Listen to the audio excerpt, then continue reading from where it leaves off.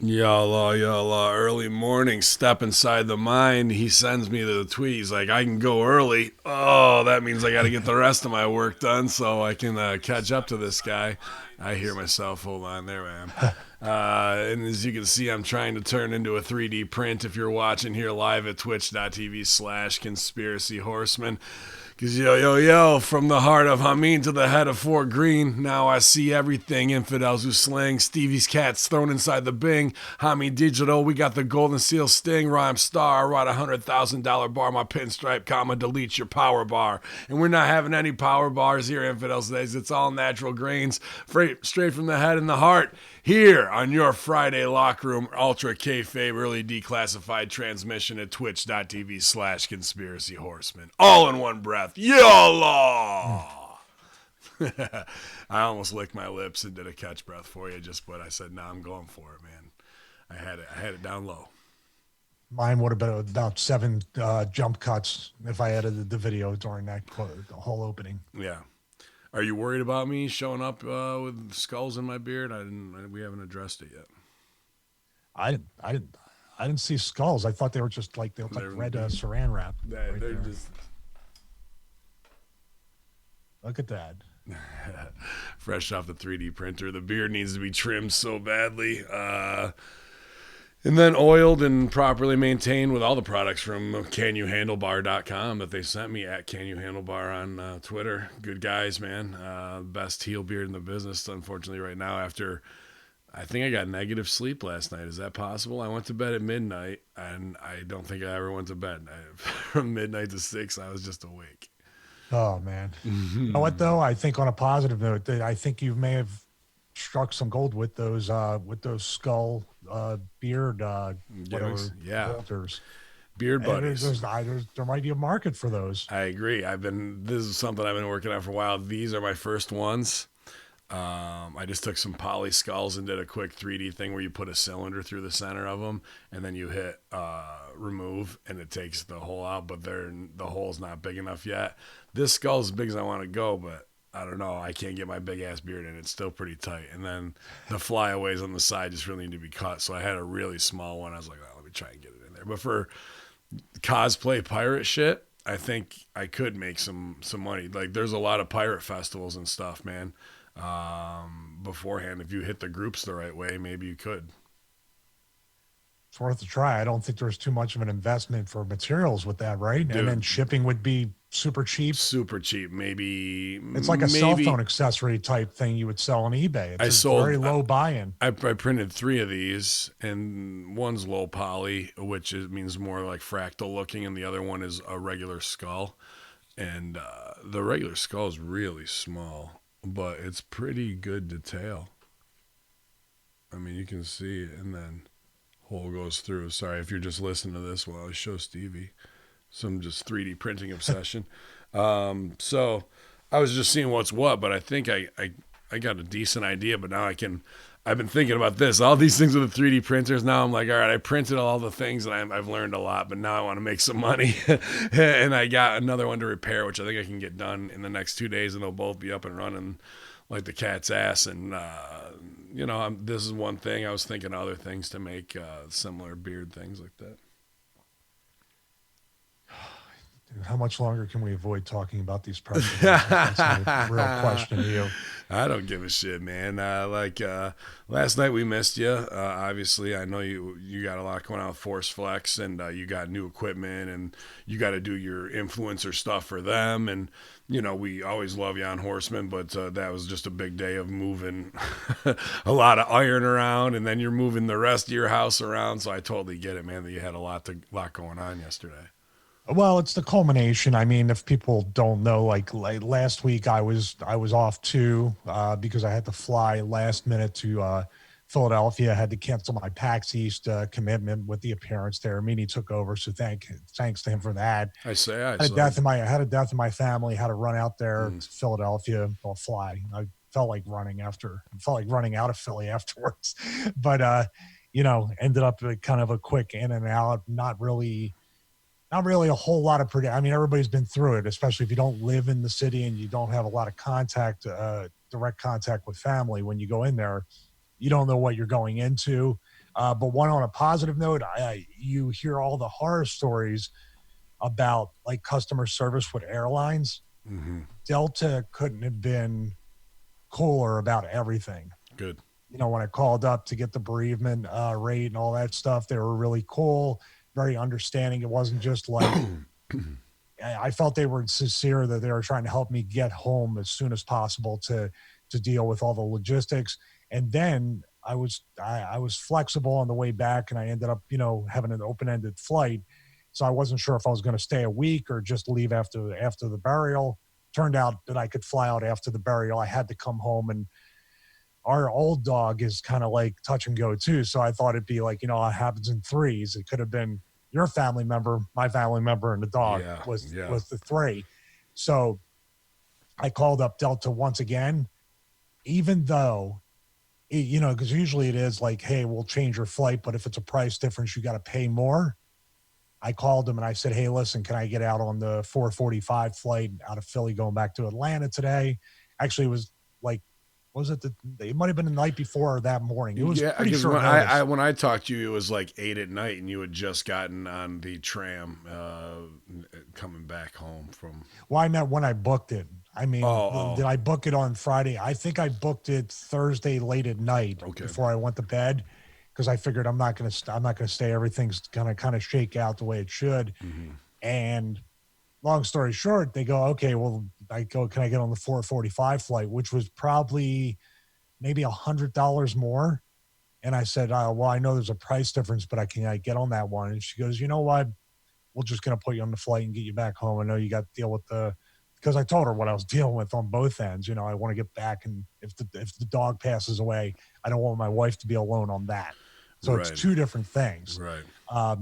But once again, Delta, you hear about them losing your luggage. You hear about airlines not wanting to accommodate people. But, if that's hopefully the last flight I ever have to deal with, I go on out on a high note. So that's it. So going forward, with all that stuff, the wheels are always turning. Things are always happening. And Force USA was nice enough to give me a bunch of stuff in their new lineup so I can continue the influencer stuff, the affiliate codes. They see it working well for me. They want my honest opinion. They want me to try to break stuff. So I'm trying to break their cardio equipment right now. And it just hit me all at once yesterday during the day. And I said, I can't make the show. Yeah. When you're going, it was more so because I wasn't prepared. Mm-hmm. It wasn't because I was tired. It was because I really honestly brought nothing to the table if I was on the show last night. I had no idea what you guys were doing. That's not true. I mean, you always, and not being prepared sometimes is a great point of view. Like we always get that, I'm not prepared for my 5th grade test, but if everybody else is talking and you're an educated opinion that we respect and value, your outside question of not knowing something might cut through where we feel comfortable and we've just breezed by something. There's always a value in having you there. But again, I know, we both had very similar weeks last week, and unfortunate circumstances. You have to go from Atlanta to Philly. I had to go 15 miles away. So, a little bit less travel intensive, not stress wise or anything either way. But did you get the blizzard? No, like they talked all that shit, man. They talked all that fucking shit that, and I've seen it. I've been there. 52 inches of snow in 2 days, bro. I've shoveled it. I fucking know when it comes down, what it looks like. And the wind was picking up, and I'm like, all right, here we go. It's gonna blow in hard as fuck. But it was up in Tug Hill where my camp is and where everyone's snowmobiles. Like there's 350 miles of snowmobile trails where they put out. They're called cats up here. They're trail groomers. They're like these big tanks, and they groom enough for pretty much 3 snowmobiles to go 3 wide through the forest.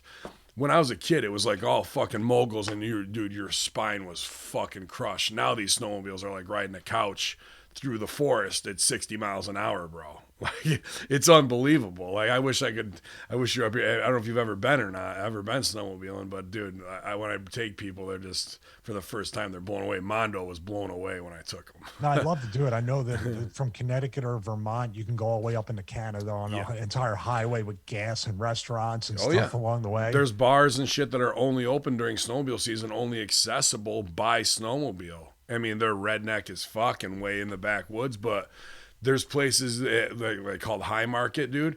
There might be 4 cars there. I've been there. There's over 200, 300 snowmobiles outside parked right down in lines, bro. And each one of those sleds is $7,000-$8,000. Like, they're no fucking joke. So, like, people ride serious. They wait all year. Like, a lot of people hate the winter. Some people are like, all I want is snow, and so they can go ride. But you can go from here to the Adirondacks, which is about 110 miles. Cut that all the way across to Vermont if you want, all the way to Canada. If you got the snow, you could fucking make it, man. You could make it the whole way. Cool. Well, there's a difference in winter, though. The winter you guys get up there, or when I was in Connecticut and Philly, it's a much more, it bites you a lot more. Colorado, Utah, the drier states, that winter, I try to explain to my wife, is kind of like you might have to experience that because it's a lot. Yeah. Even in 40-degree weather, when I was out at Force USA, I was wearing shorts because it's so dry and it's not wind chill or anything like that.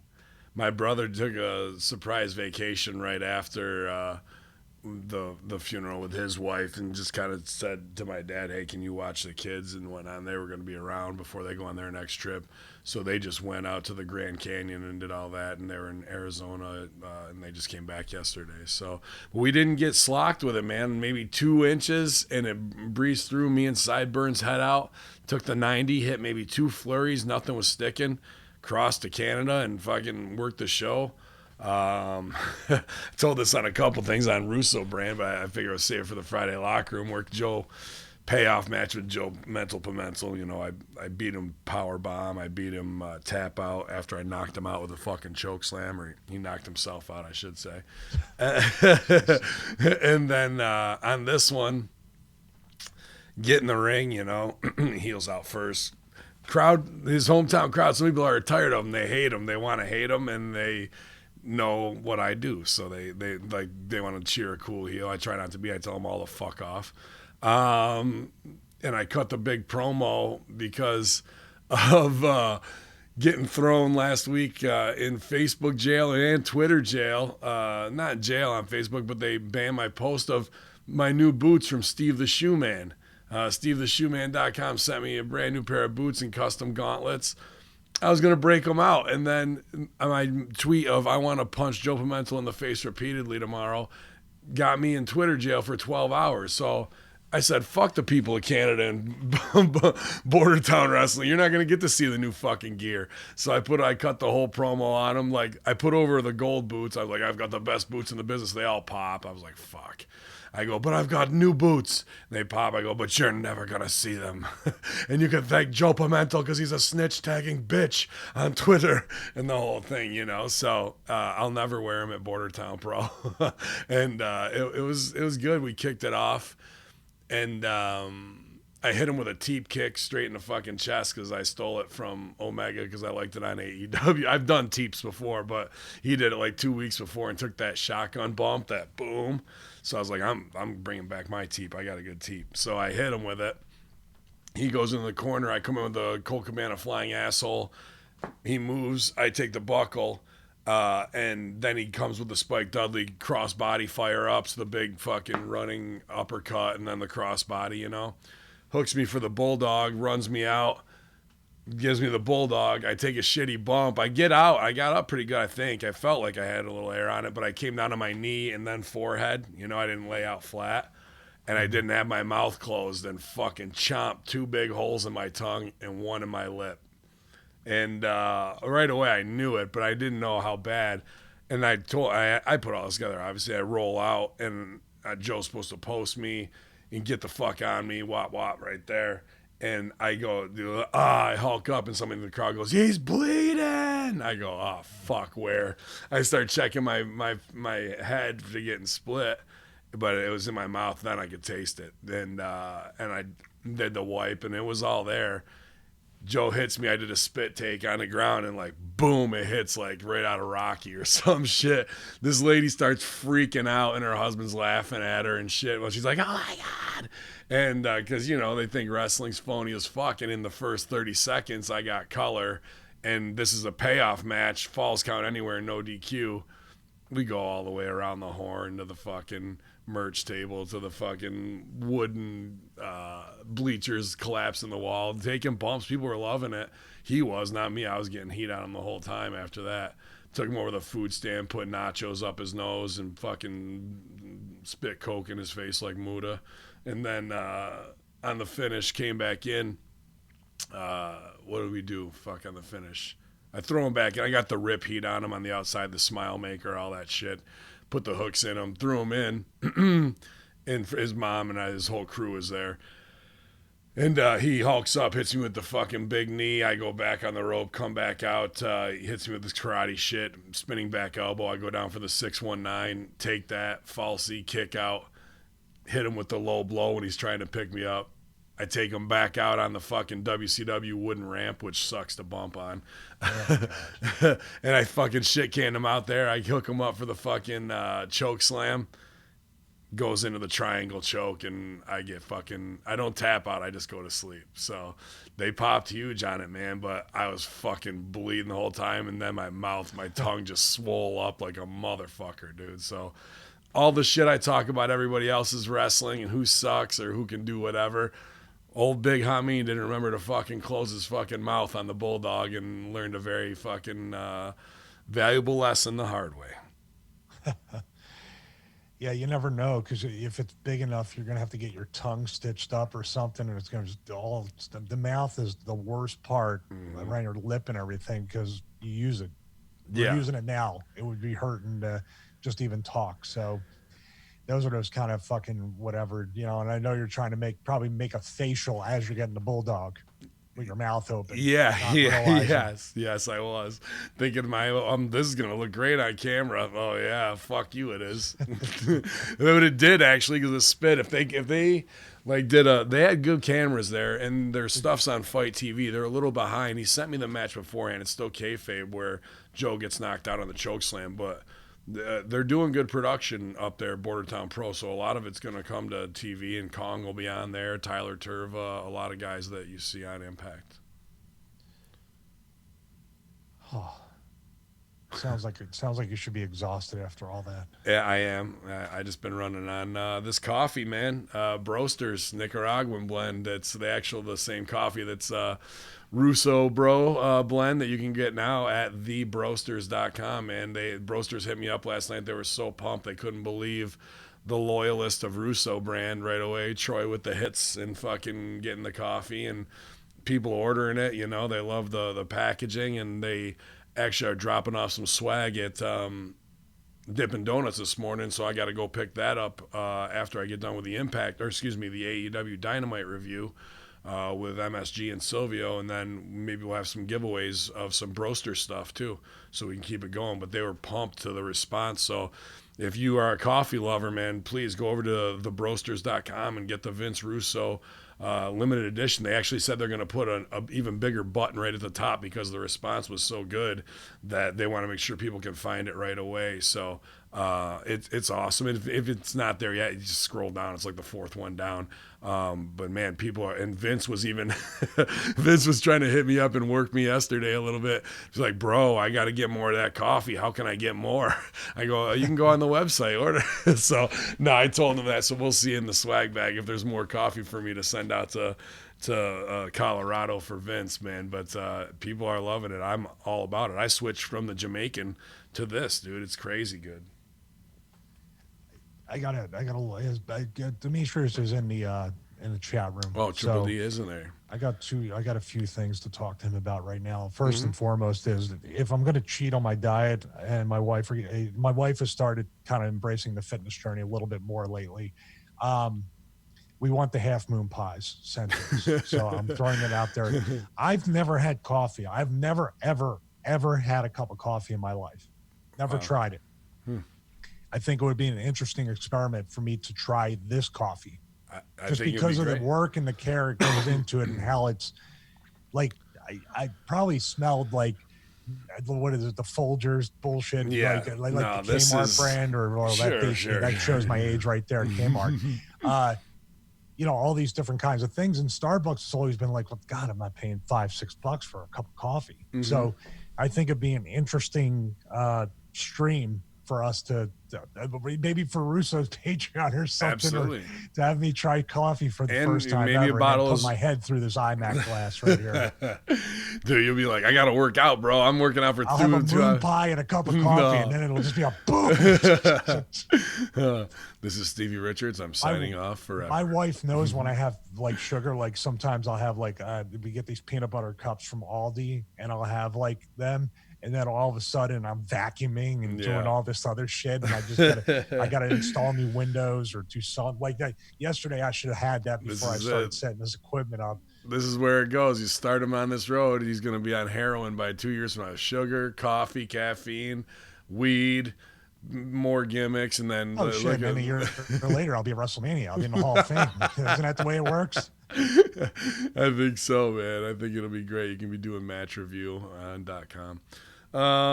Yeah, dude, we'll definitely get that hooked up for you, because this coffee's almost like, not like hot chocolate, but with like a piece of half moon like that, absolutely, it'd be phenomenal. And there's cake, white cake bottoms and chocolate cake bottoms, so I'm sure Triple D will mix it up for you. But yeah, man, that's a CNY favorite. And actually, I felt bad because not felt bad, but because I'm a fat bastard. In that box that Steve the Shoe Man sent me was a package of Tim Tams. They're these little chocolate wafer cookies covered in chocolate that are biscuits, and that's my Twinkle Toes Martin Evan impression, to have with your coffee, man. And now they're gone. We went through them, my wife and I was like, fuck, I need more Tim Tams, but you can't get no Tim Tams here, bro. So I might have to go on Amazon and get some Tim Tams. God damn you, Steve the Shoe Man, to go with my BROASTERS coffee, man. So that's plenty of plugs. But I'll tell you, man, I feel good in that we got Triple D's, ZordosOliveOil.com going, and the brand loyalists who really like an artisanal high level product are buying that. This is about half that price point, and this is fair trade, one, like farm to table, roasted weekly, shipped weekly. I mean, the products we're offering aren't some, and get your nascent iodine, you never know when they're gonna strike and you need the iodine, like, dude, we're selling ultra premium from our brand members and brand followers, local businessmen and women, products to people who are going to get them, and they're not going to feel cheated in the slightest, because they know that's what I say. This year where we should be super tired, bringing this to market this week from Hamin Media Group, Stevie Richards Fitness brand, Russo brand, Dippin' Donuts brand, and BROASTERS. Do you know how hard that is to fucking get all those things in a business deal to bring a product to market? And here we are. And people on the first day who are brand loyalists are not, who are going to try it, I know they'll become advocates afterwards. That's a huge thing to accomplish. And I'm not like trying to Barry Horowitz it. I'm just like, that inspires me, keeps me driven to like, now we got something. What can we do next? What's the next level off of that? Like, we accomplished it. It's a goal. High fives around. Let's pump it and really get it going for everybody. And the excitement of BROASTERS when they reached out to me yesterday, he was pumped to get to Triple D's today up at Dippin' Donuts and drop that stuff off so we can keep the momentum going. I love that kind of shit, man. Cool. Sorry if I'm ranting here because I'm way hopped up on coffee, because now we get to talk wrestling. But I see Evil Jackalope, my man Brendan. I know he's got to go to a funeral today. So shout out to you, man, La Robadier. I spent some time there last week. Sonic the Hedge Rat, who was well, good and stoned, I think, last night in the Conspiracy Horseman. And Fitzy, I see you in there as well, Briz. WWE releases a statement regarding the coronavirus possibly affecting WWE WrestleMania 36 week. With the threat of coronavirus growing around the world, there has been some question marks of WWE WrestleMania 36 week, and the company has commented multiple cases of the virus have been confirmed in Tampa, Florida, which is located of the location of WrestleMania, and whether this sparks doubt over WWE will continue with the event. This week has seen upcoming James Bond movie being moved back to a November release due to the virus. Wow, moved back to a November release. And many Triple D's gonna hate that. He's a big James Bond fan. And many sports fixtures have been postponed and or played behind closed doors due to threat. However, in a statement to ESPN, WWE confirmed there are no plans to cancel or postpone WWE WrestleMania 36 as it stands. So, okay, I get it, and I'm not trying to sell for Zika, Ebola, swine flu, bird flu, and here we are with this.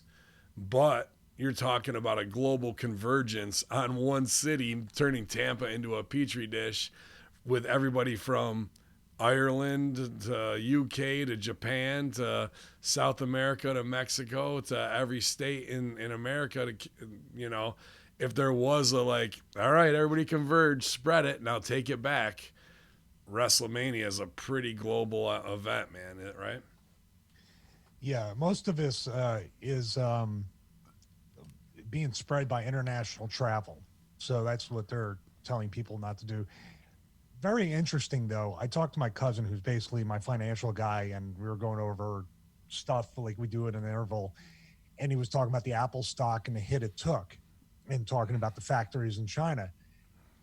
They've reopened their factories. I think I spoke to him when I spoke to him last week. It was last Tuesday. If I'm not, they've reopened their factories for production. Foxconn reopened. That's who makes the iPhones, makes the Macs, all of the iPads. Other companies are reopened. What was the other one? Amazon has reopened their stuff over in China. So there's other places. Well, is it Amazon? What's it called? Alibaba, right? Alibaba. Yeah. Yeah. So these companies, they wouldn't risk. I would think they wouldn't risk at that point having it spread even further. So what do they know that the rest of the world doesn't? There's also the thing with WrestleMania. Yeah, that part, or the Arnold, when you have people that are and God, what a fucking comparison that is, the Arnold and them wrestling fans. But when you have people that are competing and sweating, and there's more of the exchange of any kind of bodily fluids, and then it sounds funny, but how many wrestling conventions has anybody listening or watching been to, and what's your first thing? Just like a Comic-Con, which should be the two top ones that are canceled, because I'm sorry, they just don't, you're not using the best kind of hygiene. And of course, if people are coming from different parts of the world, it's going to be an issue. But let's think, how many strains of flu are there? How many strains of viruses are there? How many people die? The people that have died, like the people in Washington, I don't know about Tampa, were already elderly people that their immune systems were compromised, and they also were already sick before this hit them. So you have to look at the numbers and look at the stats, because this can go into, I think it already has gone into like a lot of fear mongering. And it's kind of interesting. When I missed the show last night, but I'll introduce a little conspiracy theory. Why is it that this always happens on an election year? You remember I sent you that graphic? Yeah. Every single election year, there's been something like this. And we've talked about this, and as we dip in and out of Sandy Hook, I think about this with Wolfgang when we learned about the FEMA capstones that are a big and, a huge event where they're testing things to do so they have things in place. I don't know, man. Like, it absolutely could be this, but then people are like, we're woefully unprepared. Well, is this Chinese bioattack, and is it, who knows at this point of who's setting something free for whatever purpose they want to control power-wise. But they say no. We'll see. 2 weeks from now, that could be a different tale, depending on if world leaders meet or if, things really do break out. There's cases in New York, supposedly. I don't know if people are dying or falling out. The kayfabe numbers who the fuck knows? I'm in the studio down here in the missile silo, pretty constant, and I just see the stock market, taking big hits. GGP say follow the money. And if the stock market's taking hits, it's because somebody wants to leverage and they want to buy in low because they already cashed out. So before it went down, who cashed out 2 months ago on some shit that would be related to this? And then now that the stock market's tanked because they had insider information before Corona and all this fucking shit hit. Find out, like, when Corona hit, find out about 2 months before that who the fuck in the medical game were big players who took some money out, like big money, like how Vince did before XFL. And now they'll buy back in now that the shit is fucking tanked, because that's how this game is played for the ultra rich. Let's do some numbers. This is directly from the CDC. This is from health.com. I put in how many people have died from the flu shot, because there are a certain amount of people in the thousands that die each year in the country from the flu shot. The people right here it is, that at least 12,000 people have died from influenza between October 1st, 2019 and February 1st, 2020. And the number of deaths may be as high as 30,000.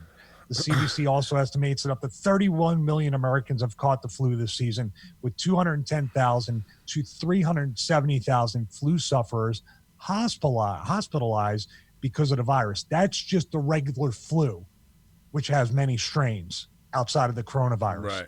How do you give yourself 12,000? You go 12,000 plus or minus 18,000, plus or minus 160%. Well, that's using the Monday Night Raw and SmackDown house show algorithm. But even if you cut that number in half, more people have died from the regular flu since October. You cut that in half, it's 6,000. It's still not 6,000 people, including China, publicly, the numbers. Yeah. It's still not the amount that have died, nowhere near the amount that have died in the U.S. But everything's a work, and so is the CDC then under that. And are those numbers a complete fabrication of what's going on over there? Who knows what? When? Okay, but a one-to-one analogy means that if they're inflating and they're trying to spread fear with those numbers, then these numbers are also inflated as well. I'm just saying, if the coronavirus is so deadly, I'd dare to say that the regular flu is more deadly. And also, this is 100 years, I think 100 to 102 years, almost 100 years to the date of that flu that killed off a lot of people. I think it was 1918 or 1920. Remember the really bad flu epidemic that killed a lot of people in the U.S.? Mm-hmm.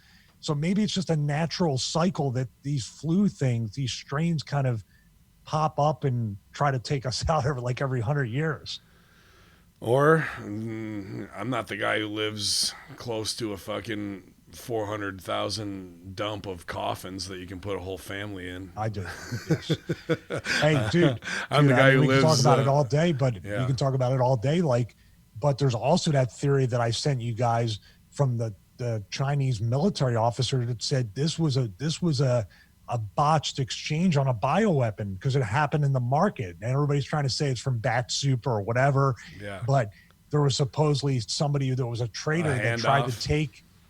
Go ahead. Some handoff and it got fucking dropped. Like we're in Nicolas Cage in The Rock, or the Rock right here with the fucking ZX gas, and it goes off. Is it going to kill us all? And it apparently. Well, I mean, how many things are on the? I mean, we talk about nuclear weapons and the exchanges that happen and all these things since Russia back in the day went and broke off and all these illegal arms deal. That movie Lord of War was based pretty much on that kind of.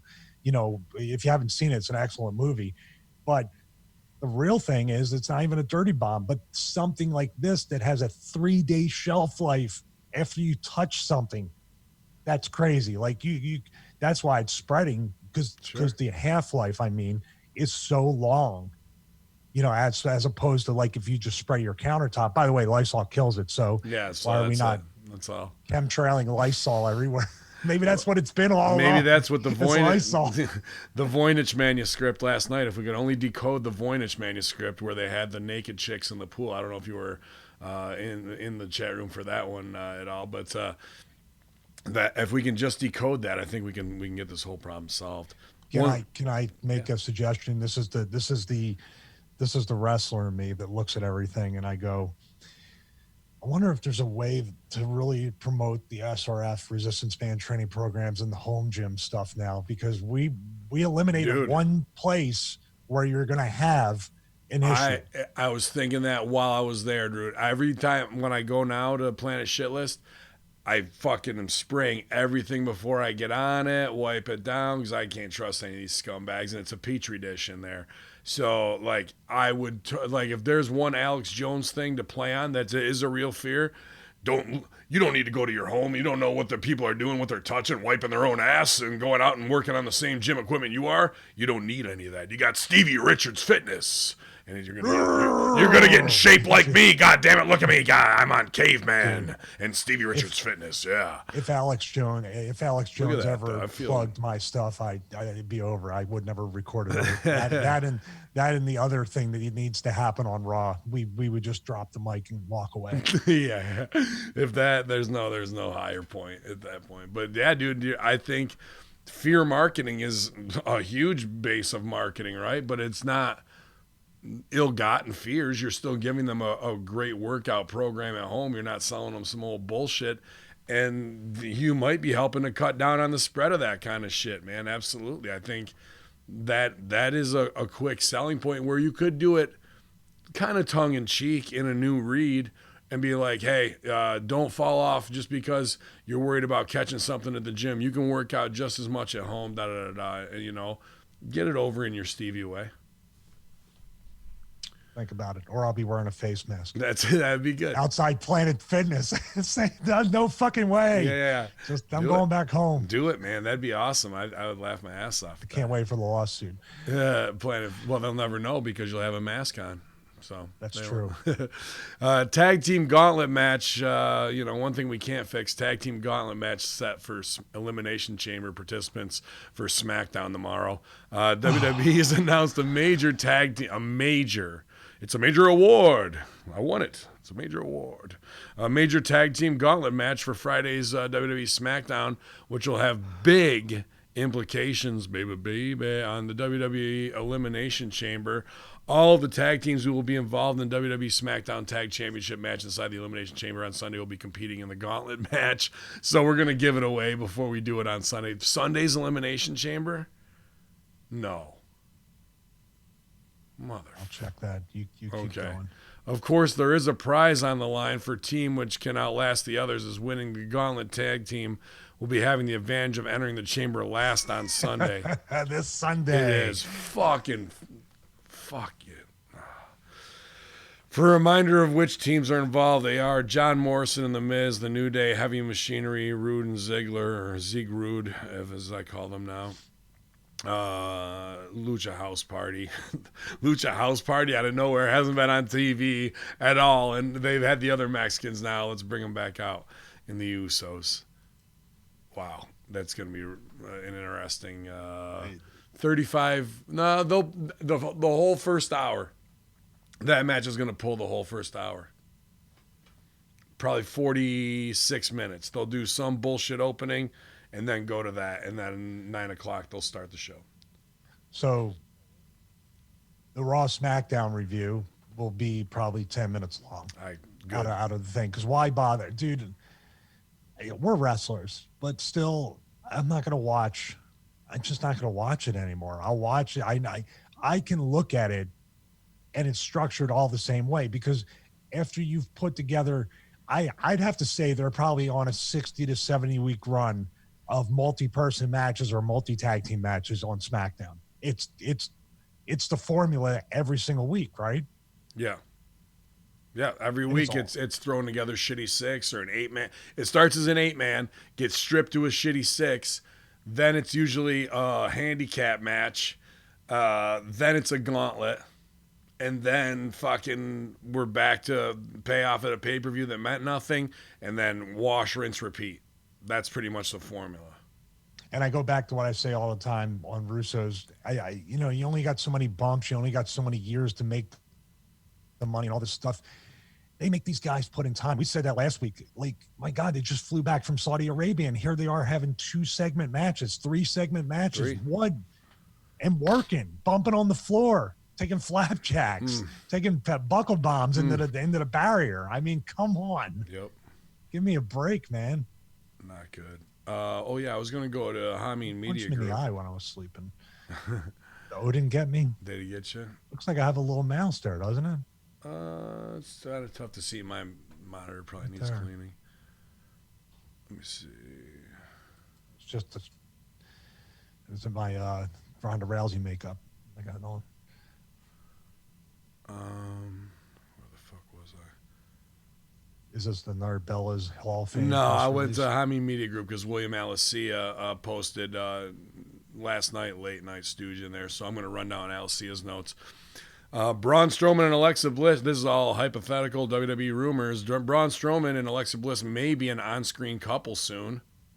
Back to that. The Undertaker's Twitter response regarding Michelle McCool may lead him to losing to AJ Styles at WrestleMania 36 as a reminder to be a company man. Do you know about this, Stevie? I saw something pass through about something on Twitter. So let me. I'm not on Twitter, so. Former Divas champ Michelle McCool took to Twitter to call out WWE yesterday for not including her in hashtag Women's History Month article. Michelle McCool, real talk. When you put up with more in the past than anyone would believe, simply because I'm the Undertaker's wife, have rarely been mentioned for making any contribution to the women's revolution. But wow, not even top 45. Hashtag zero talent. Hashtag Undertaker's wife. Hashtag lay cool who. Hashtag had to speak. Hashtag still blessed. And then even Undertaker sold for it, and because WWE re-released it, something with Michelle McCool's name, and Undertaker put out too little too late. Like, so Taker fucking selling on Twitter to be the good husband, bro, of like a fuck you. And now the rumor is because of some Twitter shit, how fucking dare he's going under to AJ at Mania, man. What the fuck is going on in this world? Michelle McCool, not even on my radar, is like anything in WWE, bro. Nothing. But wouldn't that finish actually have more people talking? I'm not saying that the intent by WWE is good. Why the bloom is off the rose with the Undertaker special attraction undefeated streak appearances. So what's it matter at this point? Blooms off the rose with AJ. Blooms off the rose with AJ too at this point. Undertaker joins the OC. You never saw that one coming, pal, did you? He's in the Bullet Club now. You never know. There could be a step attached to that match. Maybe. I'm telling you right now, Aleister Black would have been a better opponent. At least you got some kind of rub off on him, or passing a torch, as you said in the past. What is it? This is, I don't know how many weeks. I went off Twitter probably about the same time Sal did. I don't miss it. I forgot Twitter was even on there or a thing until you mention it. I really have. I haven't missed it one bit. Good. Why? But if I have an issue, especially if you're young Undertaker and your wife is saying these things basically to you, what does it do to tweet it except do what maybe they're going to do to him at WrestleMania? What does it do for him to tweet rather than call Vince on the phone and say, fix it? This is what I mean. Like, what psychologically, everybody feels like they need to post on social media to air their grievance, right? These are two well-known people anyway, but people who have nobody who knows who they are needs to, like, instead of saying, I'm going to call the electric company and tell them they got my bill wrong. No, I'm going to tweet the electric company and tag them. You see what I mean? Like, there's some kind of shift that's a total disconnect, and you create an echo chamber, and also nothing good comes out of it, and nothing good could come out of this. And who cares? And maybe he's getting $1 million and he goes, I don't care. Or maybe he's just going to say, I'm not doing it. And the match gets canceled and nobody even remembers. Will anybody miss Undertaker at this point being off WrestleMania? No, I don't think so. They just want him for the value of the ooh and ah. That's not like they decreased his value by making him do two jobs at WrestleMania, and now a third. He just decreased his own value by saying, I'm tired of hearing my wife bitch at home. I got to tweet this out so she'll get off my back about this stupid women's revolution shit.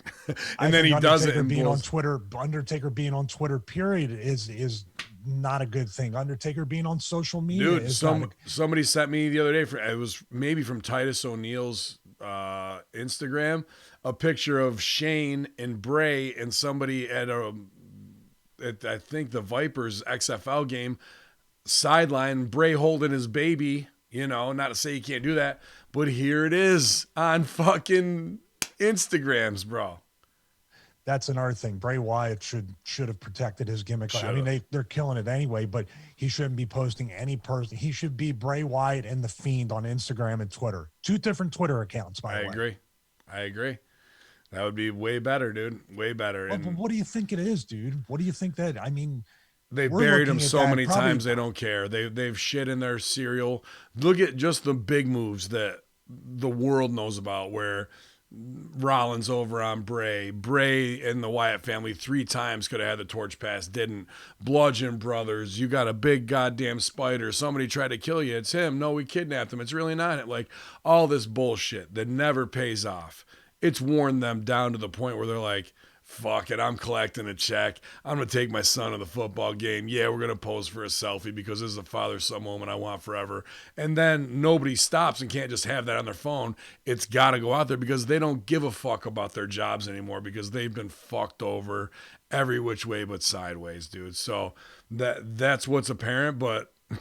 that still is not an excuse to me. You're a superstar. You got to protect your business, especially if you're a mythic character. And even Aleister Black posing with his wife. What's her name? The hot Latina. Selena Vega.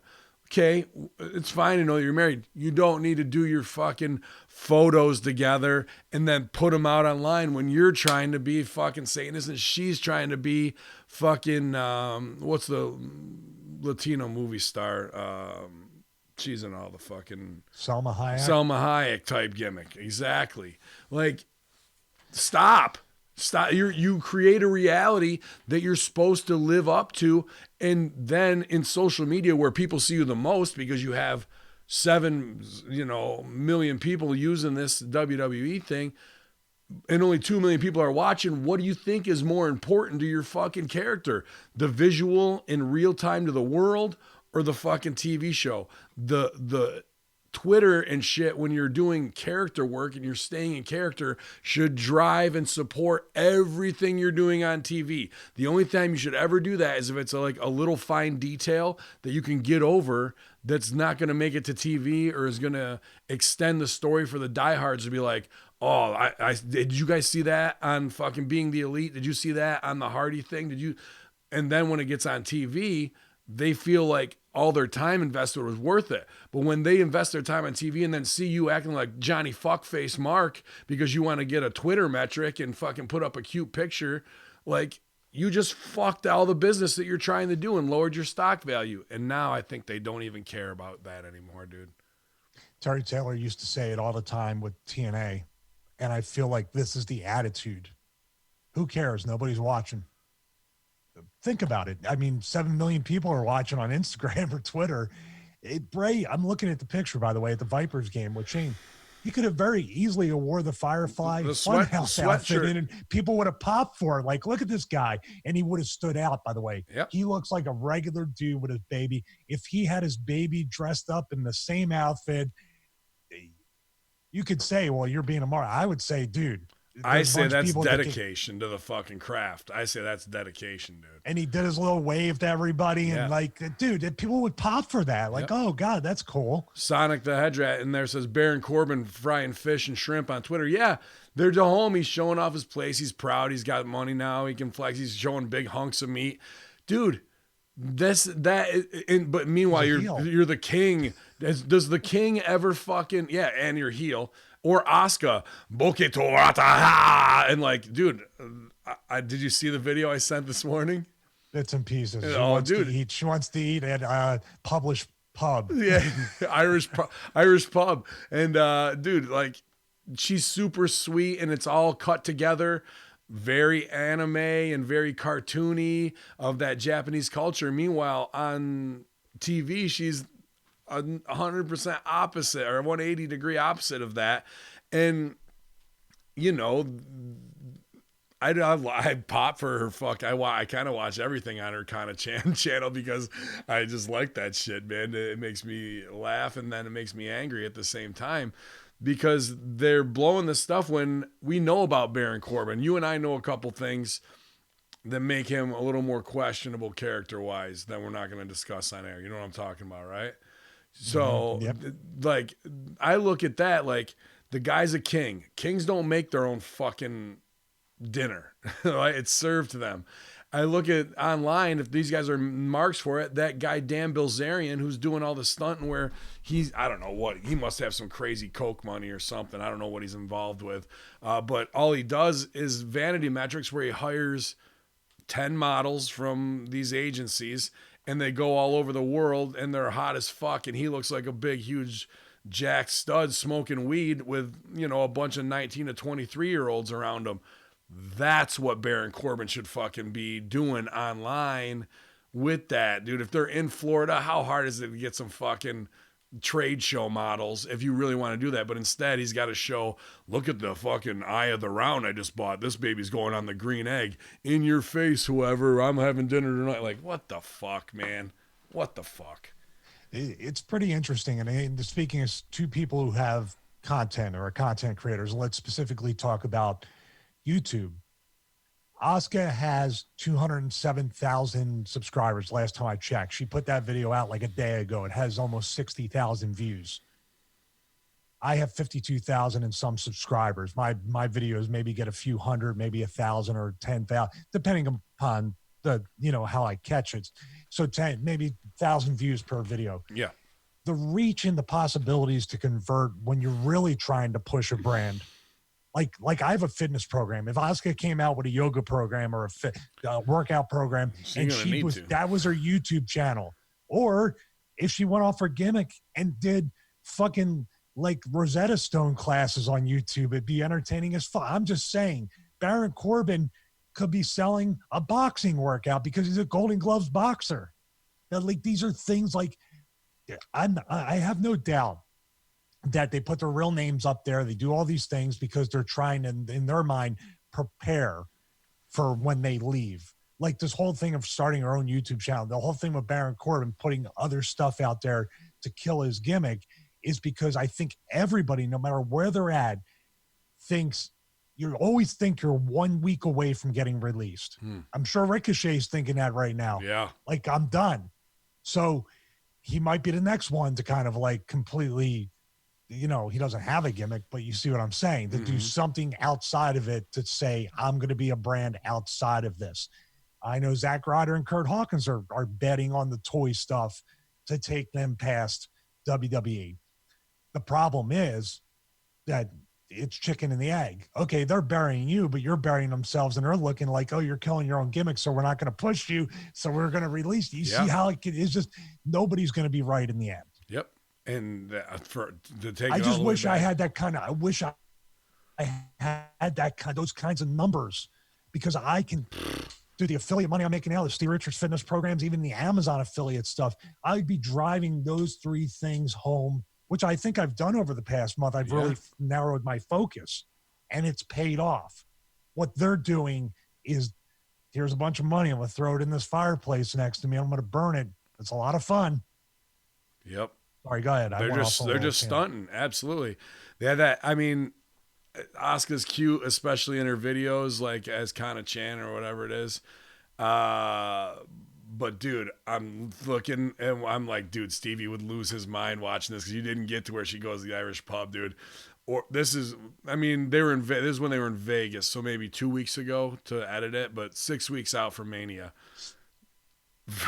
Fish and chips, French fries, a bucket of shepherd's pie, what else? Crab cakes, and fried sausages. Don't mean to sound like a dick, but that's why you look like you look on TV. You look like a warm bag of milk. Yeah. She's a pretty girl. She'd say she can go. She's in shape, awesome. but the look means everything. I was just thinking to myself, dude. Is that what you see when you see her on TV? I mean, I like. I said I'm it. just talking about Yeah. being. When she wrestled Deeb in Japan, she was friggin' incredibly hot, like ready to go. And like now, she looks Americanized, fast fooded on the road. Like like you can see her becoming that mid-30s rounded face woman a little bit more, where it's like, all right, I've given up, my metabolism's slowing down, and doesn't realize that shit she's shoveling in her mouth is gonna take a lot to fucking take off, bro. And I was just thinking to myself, dude, Stevie would be watching this going 6 weeks out from Mania, and this is what you're shoveling in there, bro. I couldn't believe it. That's what I mean. I like eating food. I mean, I want Me some too. chocolate and I'm a peanut butter. fat I want a fuck. peanut butter cup right now. But if I was 6 weeks out of Mania and I looked at, or even not being a woman, but if I was going to Saudi, I'd want to look as jacked as possible. Say we want that guy to come back and we'll pay him a few $100,000 again. Mm-hmm. It's money. I mean, sure, the day after WrestleMania or after Raw, I'll have a cheat meal, but I'm looking at what I'm shoveling in my mouth and how much I have to work now to work it off to go ahead with my look. Time and consistency. I've always said with workouts and nutrition, it's the only thing you'll get 100% out of what you put into it. Mm-hmm. And when you factor in, because I flew out and flew back, I had about 3 days of bloat just from flying up, not sleeping in my own bed, not being on my own routine, and coming back. Imagine multiplying that times days, weeks, and months. Yeah. I don't know, man. They make more money. God bless them for making more money than probably my generation or my era made money. It seems like they're throwing around $750,000 a year things each to the Revival that they're turning down and other things. But man, I'm telling you right now, it's just like, dude, for $750,000 a year, like if that was tax free, I might show up to work 365 days a year and let you kick me in the nuts once a day for that amount of money. I was there for 10 years, so I got kicked in the nuts every day for 1/10 that. Yeah, that's what I'm saying. But like, I would just show up and like stand in the corner and be like, "All right, it's time for me to step up and get kicked in the nuts and get my check first. Get my $2,000 cash. Okay, one kick in the balls a day. Would you do that? $2,000. Beth Phoenix and Natalya will face Asuka and Kairi Sane at WrestleMania 36 and win the titles and keep them until SummerSlam. So goes that rumor. Christian is expected to return to Raw possibly next week. And I'll tell you what, Beth Phoenix and Natty are both in some of the best shape they could be in. Christian is expected to return to Raw possibly next week and face Orton, with Orton destroying Christian, which leads to Edge's return. Shocker. Renee Young is considering to go to AEW by the end of 2020. Stop right there. Yeah. You laid my wife out. I'm not going to come back for that. Yeah, no. But Christian. You see what I mean? Yeah. Yep. Absolutely, dude. Well, I think, it's just shorthand. It means all this leads to Edge's return. But yeah, they might fuck it up like that. Oh, I didn't know you laid my wife out even. Renee Young's considering to go to AEW by the end of 2020 to stay close to her Jon Moxley. She was backstage this week over there. So she did SmackDown. And then the next night she's in Chicago taking pics backstage. That's going to fucking rain down a little bit of heat. Because Vicky Guerrero can't even have guests on from there on her podcast because she was on a dark show. That's going to be rough, right? I'm sure there's plenty of ill feelings still with Vince and Moxley. Well, people still do it though. Like, what's the heat? What are they going to do to her? I mean, they haven't embarrassed her on TV. They haven't done it. She's on the backstage show. Yeah. Probably making Fox money. What do you? They said it. Remember? They all went into the camera like World Star. Yeah, they all World Starred it. Yeah, what are you going to do to let her go? I don't know. Dude, I wish is this week? Did they already have backstage this week? Not sure. Yeah. Is it Tuesday or Thursday? Tuesday, I think. I would love for someone like Punk to ask, like, how was it going backstage at AEW live on the? But because that's what needs to be done. Yeah. Why they're all cons of Mark. She just buries con. and maybe that's the thing. She's insulated from WWE by being on that backstage show. So I don't think there's going to be any heat coming down. Someone might say something to her. Yeah. But maybe, hey, she's on Fox. Maybe TNT will offer her a deal. Maybe there's more opportunity for her as the other sports, maybe basketball, other things that she could do. Because I think she fits in a lot more with a first take, undisputed type sports show as the female moderator than being the wrestling just makes everybody, like we talked about with Charlie. Wrestling, why are you doing this? This is killing any bit of credibility. If you've already been on ESPN, why are you degrading yourself by being on this? I really just want a knockoff show of The View with Renee Young, the Bellas, and Paige, and then you can swap in another girl if you want. And I think that'd be. What about Asuka? Asuka would be great on the panel there. You need somebody. Trump! That's all I really want out of him. No, and I don't want Jesus. that at all. Ricochet. What would you call that show? What would you call that show? No Views? The No Views. The Wrong Opinion podcast. The Ricochet will remain enhancement talent after WrestleMania 36, where he'll turn heel and go on a winning streak and be one of Drew McIntyre's first opponents. Interesting. After we, Did they say that to Ricochet?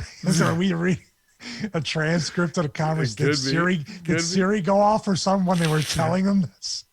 Like I say, this is all rumors via William Alcia, who's usually pretty spot on early stuff where he gets his news at the Hamin Media discussion group. Shayna Baszler will beat. No, I'm not saying it's not going to happen. I know you're breezing through these, but I got to stop you again. Go ahead. The Ricochet thing, first of all, everybody in the world, whether you're a smart mark or a casual fan or obviously one of the boys, you know he's got heat somehow. He might have just chirped back about the Brock finish, or he might have asked for something, and they gave him the Riddick Moss squash as punishment. Now, it also could be that Vince just looked at him and goes, "Oh my God!" I woke up one morning and now Ricochet, just like Cedric Alexander, is done in his mind. This is the just like Cedric Alexander, insane ramblings of a dementia-ridden CTE old man that's running two companies right now. So he woke up one morning, got tired of seeing Ricochet, didn't like his tattoo on his chest, whatever it could be, and said, I hate that guy, bury him. I'll give him the story again. Love Balls Mahoney. Captain Caveman. Loved him. Remember all the vignettes in ECW. Remember the Kelly thing. He loved Balls Mahoney. He got I saw it for myself. Got out of his limo one time. Balls was always red outside, and Balls wore what he wore in the ring. So when he went to get the rental car, which he didn't have a license for, so I don't know how he did that. He was dressed in the tattered clothes with the Slayer shirt that had no sleeves. He dressed like that on the plane, everywhere. Vince walked by him, saw him reading the book on a folding chair outside by the trucks and everything. And he said, "Who is that fat slob? Fire him."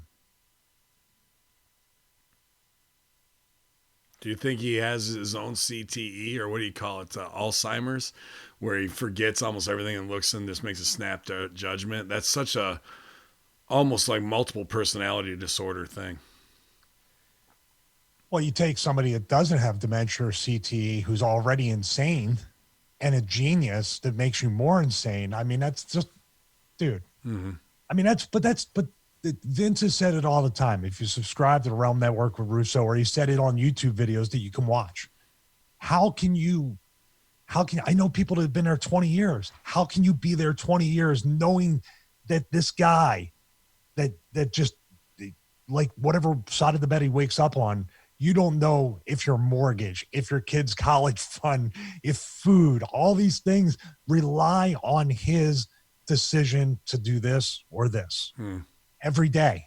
You just hope and if he doesn't see you, you may be fired just by the fact that you're not being seen enough. If you're being seen too much, you might be fired.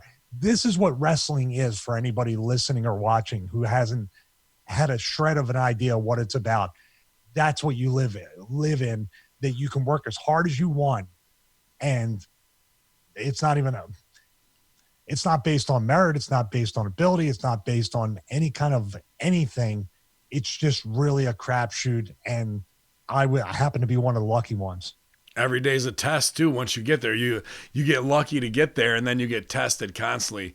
Gut check this week on Impact was awesome. I talked about it in depth on the Impact Attack, but it shows the real of wrestling that we've been talking about that needs to be shown, and how fucked up it really is, man, on the other side of the curtain, and what it was for these guys on Gut Check. Very interesting watch.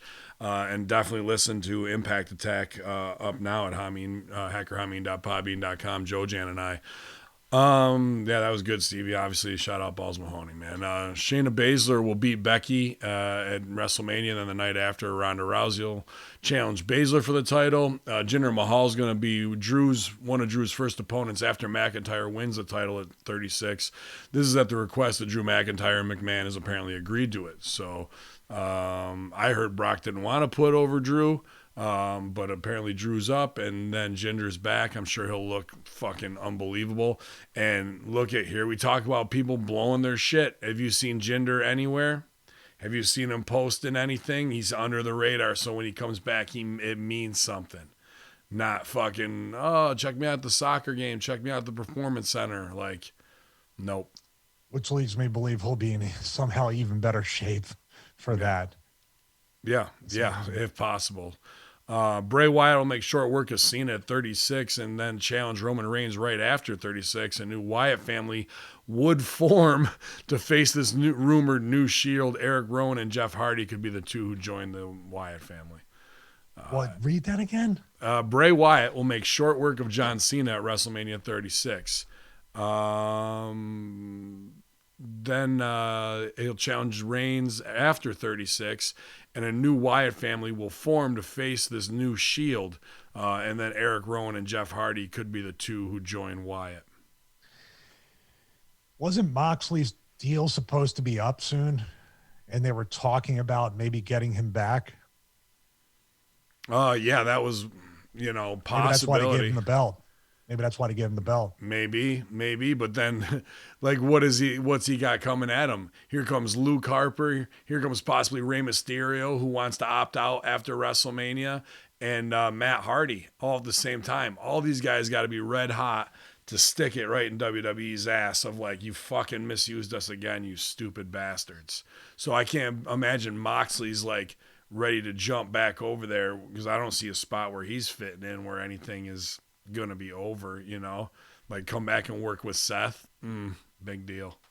Well, they've done that already twice. Yeah. I'm just talking about if they did want they'd have to kill everything Seth's doing, but he's kind of killing it himself at this point.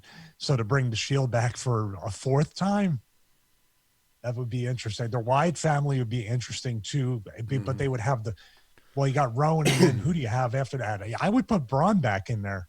Yeah, it'd be Braun and Rowan. Yeah, that would be good. The thing is, though, we haven't talked about it in a while, but let's think about the money.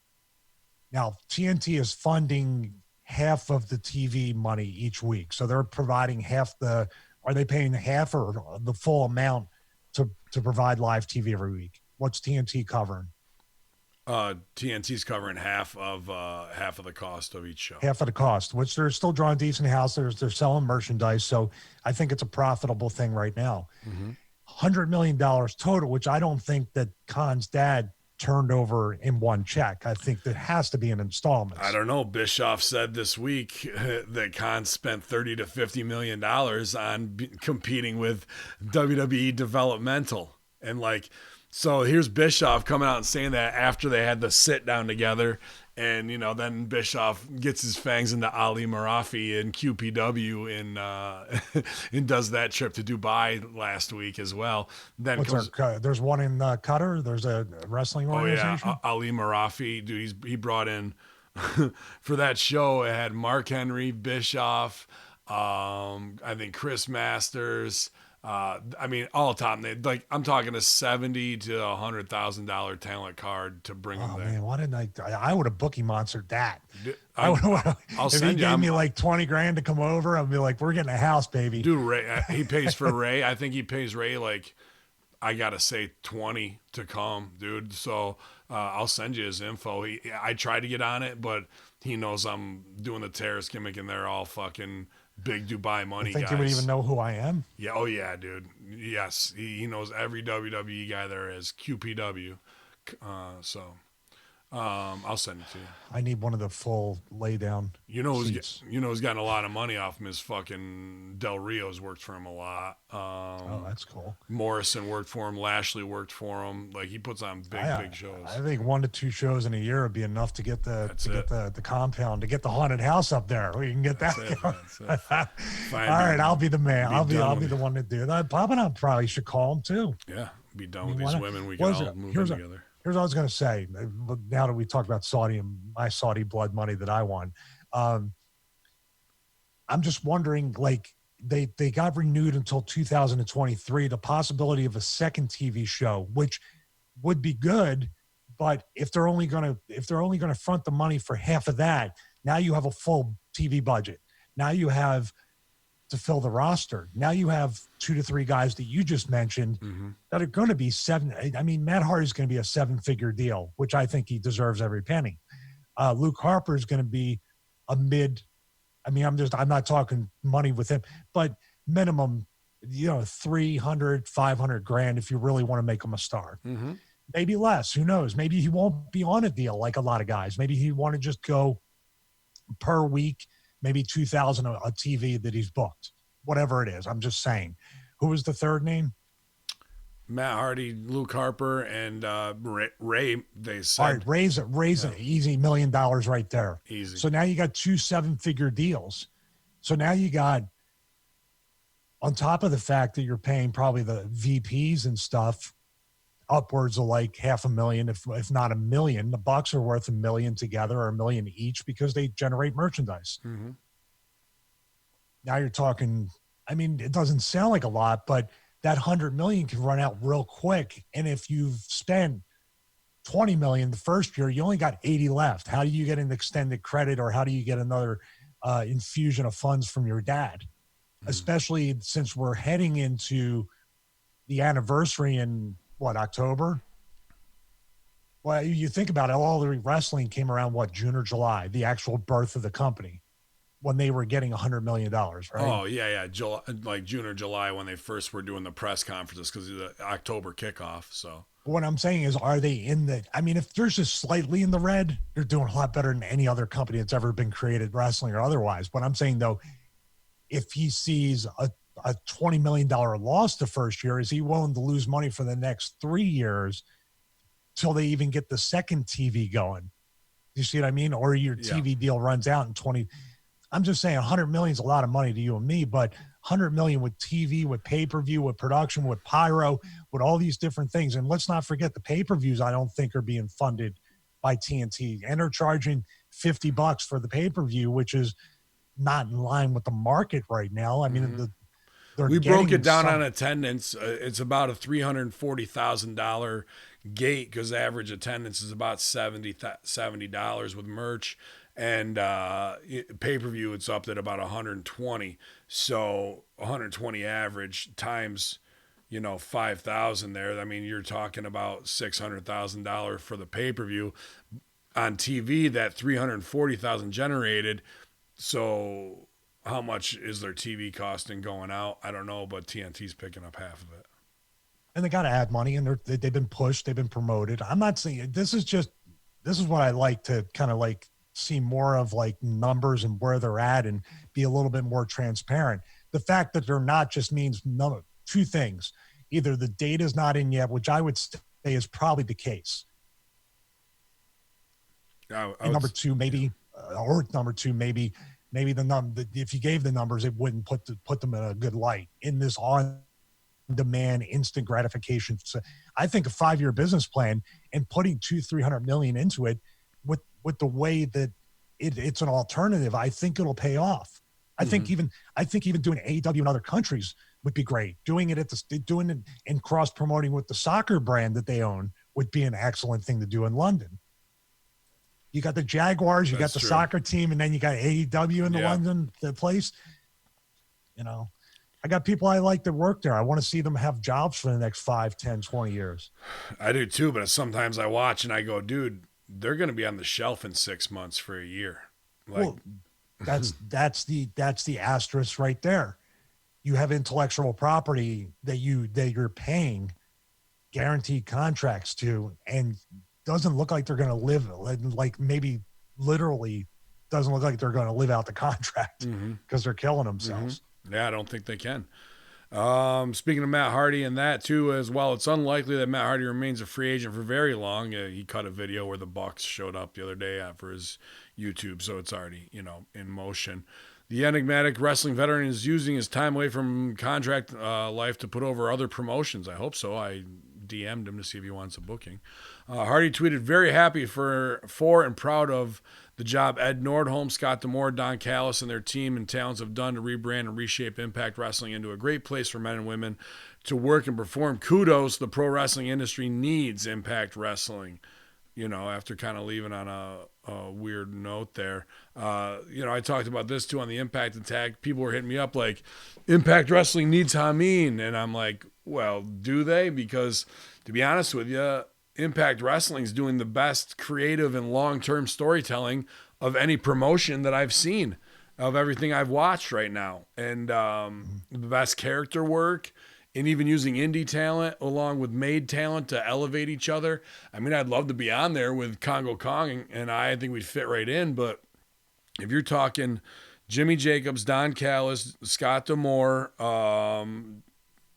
probably I would say, I don't know about Dreamer if he's in on, how deep he is on that, but they've got it pretty well wrapped on the stories they want to. There's just always a couple holes or some ending edits I feel I could punch up a little bit, but they're doing a pretty bang up job. So I got to agree with them here that Impact is there. And will we see the Broken Universe make a quick, rub on Impact so people tune in for maybe 2 or 3 shows? Could be. Yeah. They do need you there. They just need to pay you this time. They paid me and just on time, not on time. Just not on time. Yeah. After a letter from the lawyers, but that wasn't for having the best storytelling, and I have no doubt the first ones to do what we talked about, that things should be shot on film at this point. It needs to be a Hollywood production.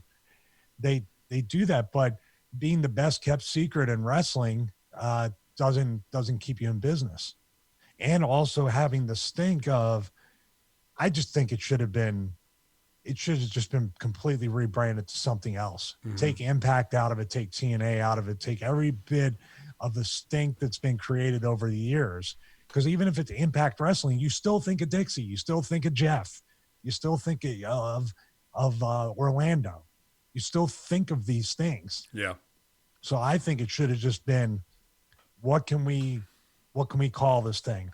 You know what I mean? Should have just started his own company out of Toronto, kind of come in, bought the library. Started library. out of Toronto, or shouldn't have screwed Billy over, and maybe the NWA would be like, now you see what they're doing with such a retro look with a low budget that looks every bit as good as Impact, in my opinion. Sure. It's its own flavor in a niche market, which is what we are at, especially with podcasts and things like that. You're going to find, I only listen to Star Wars stuff. I only listen to comedy stuff. I only listen to tech stuff. Like, definitely, if you like old school throwback, they've got it locked. But Impact definitely has some of the best creative. And then what wrestling should be: TV mature, Katie Forbes shaking her ass, weed jokes, dick grabs, high spots, strong guys, mythic characters, all in a 2-hour show that flows much better together than anybody else putting their stuff together. I gotta say, man, AEW is doing all right, but it's still kids playing wrestling, where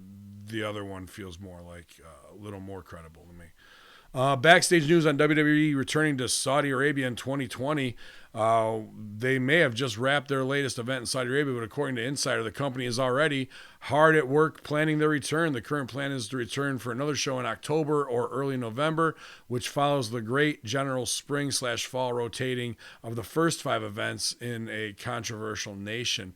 There were apparently talks of returning to Saudi on Thursday, August 20th. which would be the week of WWE SummerSlam weekend in Boston. The obvious scheduling conflict, as well as the temperatures in the region. Yeah, I'm like, August, dude. The average in Riyadh is 110 degrees. Ultimately kept that from happening. Like, how is that even a fucking thing, dude? Riyadh in August. Riyadh in August. Do you remember? I'm laughing at everything about that. And I saw the chat room real quick. They love when you get me to react off these. I can't even wait till you get. First of all, Riyadh in August is just enough, no matter what day of the week it is.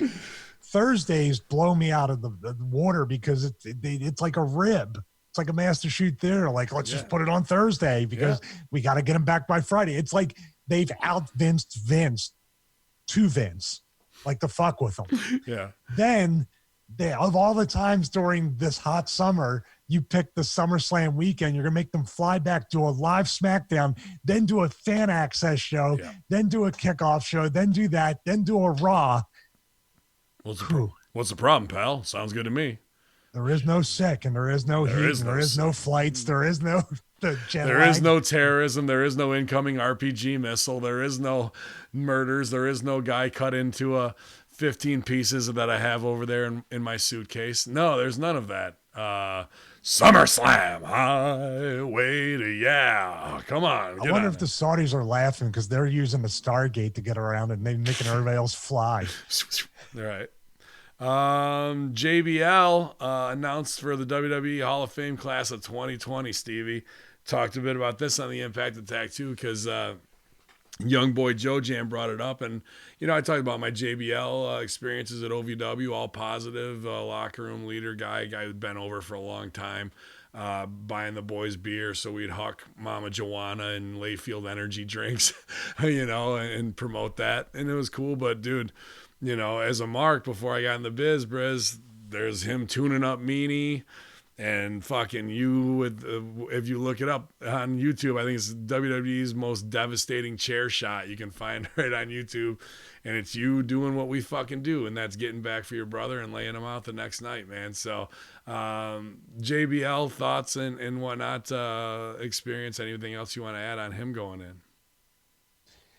I mean, the Hall of Fame. I mean, it doesn't matter if it's John, if it's the Bellas, if it's whoever. I mean, sure, he has a lot more credibility to go in than them, but it's all Vince's choice. It was just a matter of time. He's always been high on John and guys like him in the locker room. So the Bellas, I just would like to see like fantasy booking, like not the ring, but in real life, to see a JBL type person from back in the day be inserted into that locker room and then put that on TV because that's interesting. Yeah. Is it, we've come a long way. I mean, it went from that end of the spectrum that time had its place. And obviously some of that stuff got out of hand from time to time, but I think it's gone to the other end of it too. Speaking of somebody who did get bullied in locker rooms and they're from people in certain situations or been hazed to a point that might have been taken a little bit,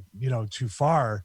I don't know if that, after looking at it and being through it and enduring it, I look at, well, maybe it toughened me up to a certain degree. Maybe 75% would have been the right amount of it. You know what I mean? I think he does have a sadistic bully cocksucker streak in him. I never was close enough to get him, but if you're going to go after Mauro Ranallo, you're going to go after fucking Joey, right?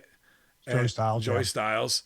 You're going to fucking, I mean, the creative wise, I like the APA. I never liked anybody who's ever done the cowboy gimmick. I fucking hate Justin Hawk, Bradshaw, all that shit. And I wasn't a big fan of the George Bush. Yeah, but that was more shit. of a Vince thing, I think, back in the day. Yeah. Lanza probably helped him get some trim. But that was, then obviously tuning up Meanie, who's not a fucking dickhead to people for no reason whatsoever, for some ECW bullshit. Like, this guy's got a long... Meanie had said, the irony is that Meanie had said that JBL was a bully. So John did what he did to respond to him for calling him a bully and burying him. And To me, it's like, he cut the sleeves off of Eminem's fucking $5,000 leather jackets that oh, night. they did? Oh, I Yeah, didn't know dude, that. that they showed. Dude, I don't know if I think it was Nitro's family. I think it was Nitro's family put up like $5,000 for those jackets for their big debut, and they were backstage, and they remember they came out with one sleeve off. They fucking JBL and them cut the sleeve off of it. Hmm. Well, that's the test. Like you said earlier, Yep. that's part of the test that are just, it's hard enough as it is with that. But going back to the Hall of Fame, it's just it's not a legitimate Hall of Fame. Yeah. It'll get him more bookings, but he's transcended wrestling anyway. I think he's still in Fox Business. He's more in that realm of media, doing that, which he was double dipping with WWE and that. I mean, I have no doubt he would come back probably to eventually do commentary. It seems like they cycle those commentators in and out from time to time. The Morrow thing was that's the thing too with Morrow. Morrow's such a nice guy. He reminds me a lot of Meaty in some ways.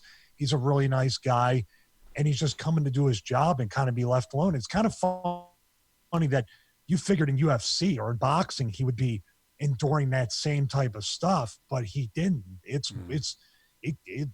It kind of makes me look at that, go, well, that's more of a fraternity there where they kind of like support each other a lot more than wrestling on a bigger picture. They don't have to be around each other all the fucking time. That's why they only come together once every whatever, wrestlers. It's that's your family you're living with because you're away from your fucking real family.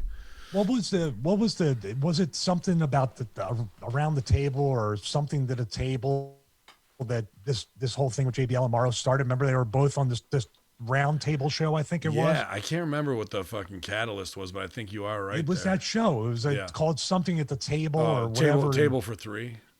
No. It was like a. It was a round table. Yeah. I do remember that. I can't remember. It was a talking head show. It wasn't a table of three dinner thing. It was like people doing analyst work because JBL was a commentator, Morrow was a commentator, and I think who was the moderator guy, or who was the guy that was leading it? Might have been Morrow for all I know, but maybe the chat room knows. But that's the part that led to the whole thing with that. Paige was leading it. Stop. You waiting for that, don't you? She's going to be in the Hall of Fame next year. That's my call. Yeah, I wouldn't doubt it, man. It's about time. She's put in a lot of work. And are you going to ask your question? You didn't. Every time we bring this Hall of Fame up, you always ask the question. Yeah. Well, I mean, here's the thing. I'm not booked for WrestleMania weekend this year on any indie shows yet. So if everybody wants to get together, I figure we'll rent a bus, or maybe we'll even we can get a private plane. Really, if we want to, I'll actually foot the bill for it. We'll all fly. Has Papadon possessed your voice or something? Why? Is that high? Go ahead. You can finish your bed. And we'll all fly down there and we'll all go to the Hall of Fame together. We'll visit it. We'll go check out all the exhibits.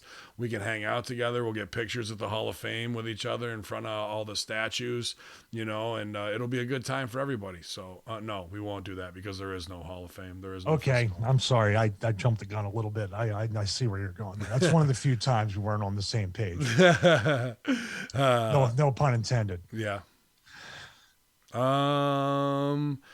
Jake Roberts sends chilling warning to Cody on AEW Dynamite. He cut a big promo last night. Come out pretty interesting. All right, who had Jake Roberts cutting the promo of the year? Boom, says Mike Killam. One of the most feared and vile names in wrestling history surprised everyone this Wednesday as a 64-year-old legend marched to the ring on AEW Dynamite, coming face-to-face with American Nightmare Cody Rhodes. While fans were initially happy to see Jake, he quickly made it clear he wasn't out there to glad hand and gain favor from the company's fan-favorite executive president. He says, I know, hail mighty Caesar. Jake growled at an already irate Cody, fresh off a loss from MJF this past week on AEW Revolution pay-per-view. I'm not here to praise you. I'm here to slay you. The dark side's coming to all elite wrestling. Hail Caesar. and then threw the mic. And it was good, and he looked good, good enough, and put over his sobriety. They popped. He said, he goes, I don't care about that one-trick pony Arn Anderson you got with you.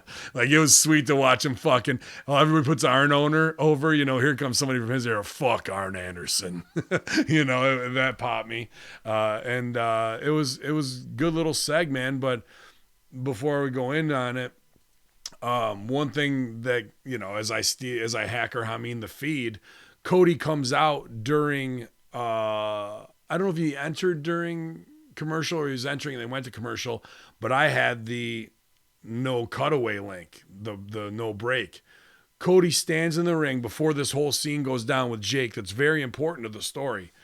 He goes, hey, how's it going, everybody? Yeah, like baby facing. He goes, give it up. This is the guy who keeps us safe. Or he goes, give it up for our cameraman, Jamie. And everyone, Jamie. And he goes, and here's the doc that keeps us all safe, Dr. What's his nuts? They close in on him. This is all during commercial house show stuff, but it's live on here, right?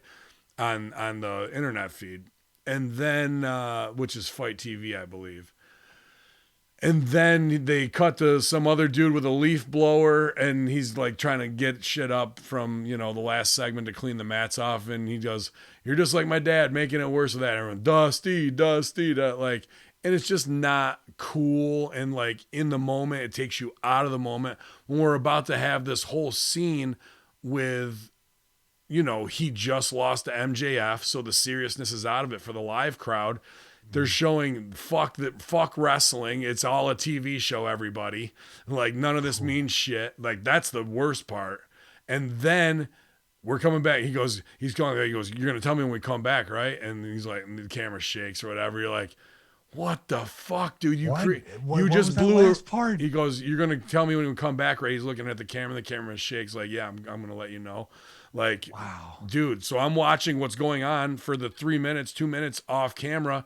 And he's killing the entire reality of losing the MJF for the live crowd. We come back and the crowd is like in on it. Like they're a studio audience. Like, we're coming back. Oh, it's Cody and MJF. And I lost this. And like, he gets to go back into character of the story. And then out comes Jake. I'm like, what the fuck did you just do? Like, why couldn't you stay in character in front of the fucking crowd for those 2 minutes instead of doing this? Like, we're breaking the reality, we're in a TV show. Dude, it had me befuddled, man. I don't know how to explain that. Brought to you live in front of a studio audience, the warm-up. That's what it was, bro. That's what it was.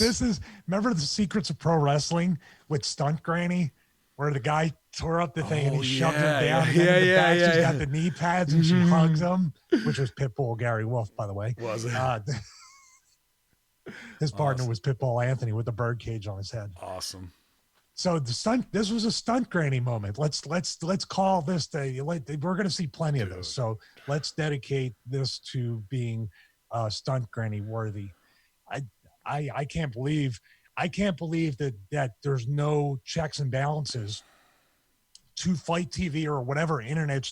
They did this with the NWO with DirecTV. Can't you go to commercial or cut the feed or go black for 2 minutes? They did go, but for some reason that wherever that is, they're not even like stay tuned. Whatever feed they should have a stay tuned. We'll be right back. Right. They should have a stay tuned. We'll be right back where that cuts because, dude, but it's wrestling. Have you ever seen like it was the moment of like when the ring announcer's in there, we're coming back in 40 seconds, you guys, and they'll do a little vamp to warm up the crowd. But this is Cody coming off the loss to MJF, about to do a serious bit with Jake, and in between we have a fuck it, it's phony wrestling, give it up for Jimmy, you guys, Jimmy, and like I'm just going, fuck this, might as well have had MJF out there with a face-to-face, go to commercial, and have them both play to the crowd and then come back. How do you want to, like, not even face-to-face? Like, talk over what they're going to do after the break. This is one step away from, like, we're going to commercial. They break out of character, come together. What do you want to do? And, like, they put it together in the ring in front of the crowd. Get back to places, everybody places, and we're coming back live. And I fucking pinned you. Like, that's how close we are to fucking doing that, bro. it is as close to taping Roseanne in front of a live studio audience, and we're going to do multiple takes if need be. I don't, dude. I don't. Well, then they're completely have a lack of self-awareness, or that's if it. Cody, well, here's the thing: whoever, one of the VPs or the branding officer or Tony Khan, should know about this by this point. If they don't, by the way, they're inept, and that's neglectful right there. If they do find out about it and heads don't fucking roll and people don't get fired for not making them aware, then they're woefully, incompetent as well. Yeah. You agree? Yeah, I do agree completely. And that's got to be now you caught it. You caught it. But how many times has this happened where it killed the live crowd? That's what I'm saying. You're killing the live crowd for the Big Jake moment by killing the wrestling reality. They're getting to see Cody. They love Cody. Cody thinks that now it's just a TV show, and it's not this or that where you have to keep that reality live. What if you paid for Fight TV? What if there's another source where people are paying or casuals watch that and be like, oh, it's just phony wrestling. Click. Why should I care about this guy? I was shocked by it. Like that any wrestler, that anybody in our profession would go out in character and then kill their character to come back to it. And like, we're coming back. All right, let me get back into it. Wow. And that's what happened. He went back into like the somber. That's me coming out. Yo, law infidels, hacker Hamin, rise and praise me. We're going to commercial. Hamin's going to say something. All right, everybody, how's it going? HackerHamin.podbean.com. Let me do a fucking little bit of like, what the? Now we're coming back. Yes, rise and praise. I'll crush you. What the fuck? My question is, when he was doing doing the fucking t-shirt gun spot or the fucking stunt granny, I'm saying, like, when they counted him down when he knew he was coming back, did he go from this to that? Did he change? I love it. I'm doing my Russo clown. That's great. Yep. That's great. Because guess what? I never want to fucking take another bump again. I don't want to fucking kill myself because shit like this makes whatever I do fake and phony and people snicker anyway. Why should I even want to wrestle anymore? Brutal. Right? Why should I cut a promo to promote a show? I think I'm not saying I'll do it, but you see what I'm saying? Like, that just makes it like, why am I trying so hard when these fuckers are making $1 million a year aren't even trying? I think somebody needs to rein him in. The neck tattoo, this type of stuff doesn't spell good mental health space for him. Now, is the rumor true that he got approval from Tony Khan but didn't ask his wife? Just pure, that's gossipy bullshit. Maybe, but they're ribbing on the show, dude. I think like anybody who gets a tattoo gets tattoo remorse within the first 2 weeks. That's part of the process. But dude, that's like beyond, like that's everyday reminder of something that you can't let go of. I don't know, dude. And with the suit on, which by the way, 2 different kinds of gimmicks to get, that kind of tattoo. Right. Like you said, you kind of got to go all the way and you have everywhere. It's like if I got a tattoo on my arm, it would be the beginning of a sleeve. A lot of cats, by the way. Yeah. So. Dude, why not? Cat sleeve would be dope. That would be cool. That would look good on you, dude. Actually, a bunch of cat faces and shit, man. That would look pretty badass on you, man. No, I've seriously considered like doing a couple sleeves of cats I've owned throughout the years and stuff like that, and other ones, and why not? Yeah. But dude, tell me, I know we're obsessing over it. I asked you about it before. Is this like his gimmick but a transformer? It looks like a Decepticon or Autobot symbol. It shows that he's a man child for things he didn't even grow up with. He's a 90s kid. He's not an 80s kid where fucking he grew up with that in his lexicon. So he's already pining for a time that's not really his. That is maybe when he played with Dustin's, like while Dusty was on the road and not around for him, like that's part of whatever. I'm just hypothetically here. He's not a soldier. So the American Nightmare thing is just a wrestling moniker. So it's not like he has like the big cred for the American flag shit on him, and then to double, triple down on doing it as a thing for wrestling, and like missing the boat on neck tattoos. That was 2015 in the I don't know who I am hipster tribal movement, not 2020, dude.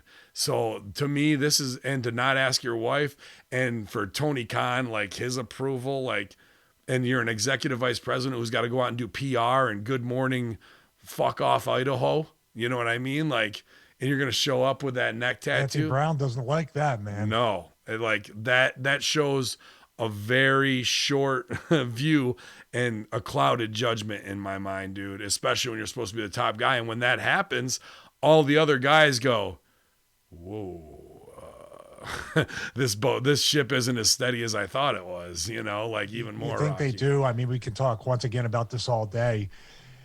Do you think they do? Or do you think, like, there was a time in WCW when I was there for the short amount of time where everybody was making money, you couldn't do anything wrong, you were getting exciting crowds, you were getting crowds that were into it. They're kind of at that stage where you could do a lot wrong that a year from now is gonna fester up and show its ugly head. But currently, right now, the bloom is still on the rose. Not to us who are more closely watching it from the boys. It's kind of like NFL people watching XFL we see it and I see it and I'm like, this is cool, this is different, and I'm getting my football fix. But a real football person might look at the XFL and go, these guys are about fucking 25% of what we have up here. Like, this is not, but we got another year to look at it and be excited about it. Yeah. Do you see what I mean? Yep. We're ahead of the curve, but also we're kind of a little more desensitized and bastardized with our viewpoint, or skewed and cynical, because we're looking at it with that skewed and cynical eye. Well, if it hasn't gotten taken down yet, because sometimes they do get dumped from Watch Wrestling, but if I can find that stream of that seg, I'm going to fucking send it to you. And I want it. Please do. Put it on Twitter, man. It's fucking crazy. Put it on Twitter. Put it on Twitter and tag Cody and Tony Khan and say, do you guys know that this is live during commercial? Yeah. It's you're helping him out, dude, because I'm sure nobody fucking told him he had to have somebody there with him. All that's really going to do, they're not going to, I think the response to that will not be, let's fix it and not do that. They'll go, where are they getting illegal streams of our show? Let's shut that down. And they won't fix their own fucking behavior. They'll fucking be more worried about that people are getting to see it and that they're being exposed than going, well, if you know anything about piracy, you shut one down, 10 Bob on the Hydra's up. Yeah. I do know about piracy. Because WrestleMania is right around the corner. Former tag team champions backstage at NXT.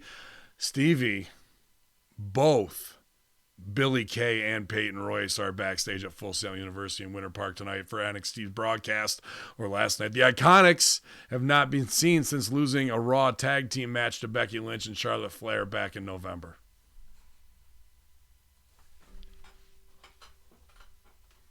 Well, people watching, he's almost going to fall out of his chair.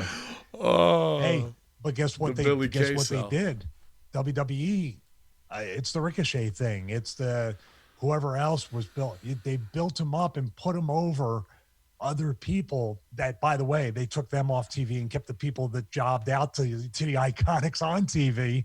So nobody got over, and you regressed every bit of character and storyline that you had. Just as they were about, I bet you Vince was looking as they were about to they're getting over, their shtick is getting over to some degree, as annoying as it is or whatever, as terrible as they are in the ring, it was like the wedding.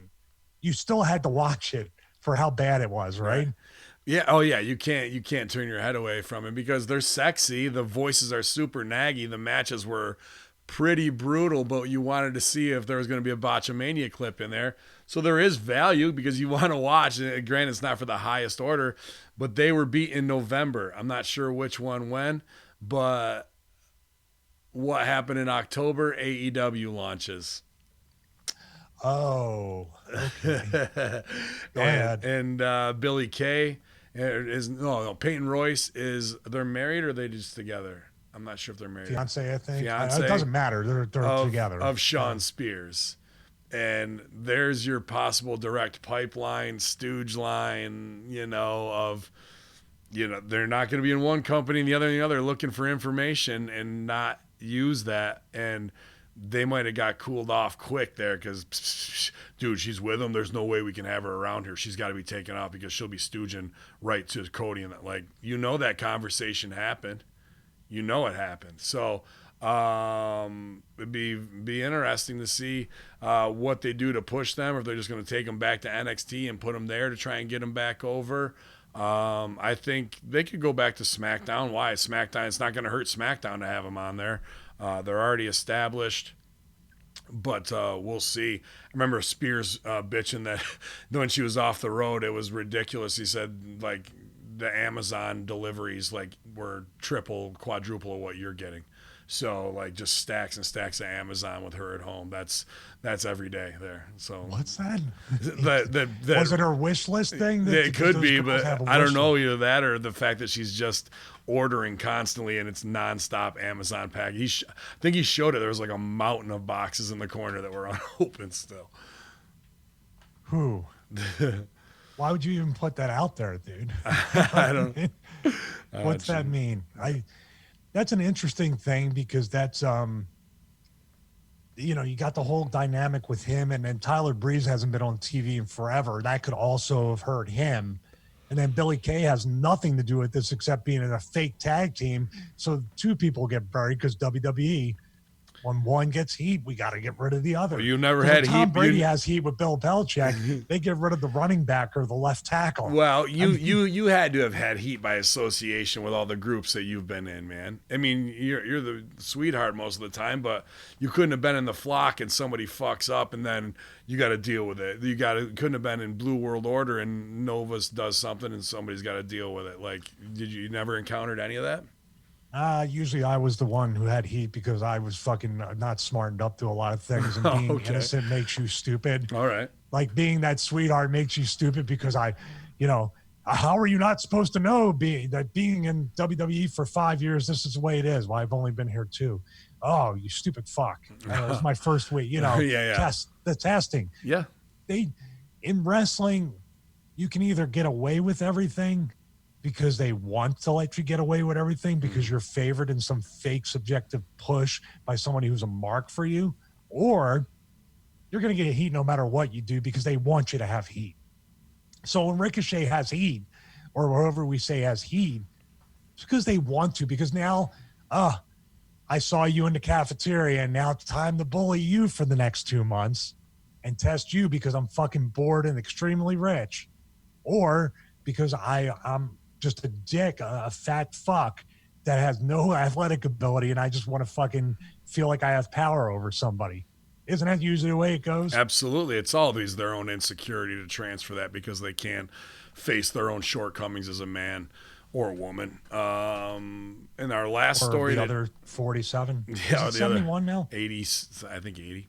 Our final story today, interesting on the Stooge Report. Ryback claims WWE superstars tested positive for cocaine during his run. Shocker. During his recent Roasters coffee. recent episode of Shooting Blanks Wrestling Report with Raj Giri, WWE superstar Ryback discussed the wellness policy in WWE.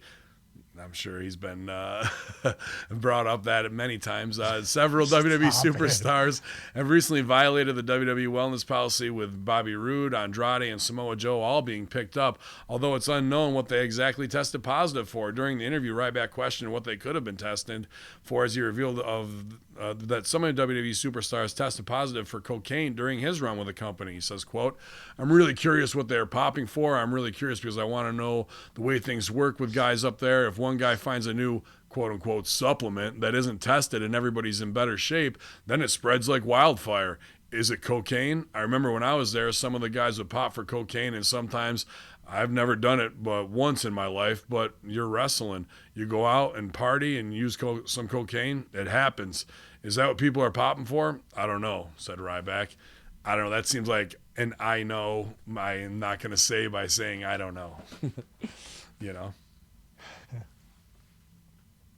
Dude, cocaine, like of all the things, like you talk about, there was probably the ephedra phase where people were buying cases of ephedra when it got taken off the market, and that was the supplement to keep you going. Early pre-workouts that were GHB. methamphetamine based, pre-workout shit.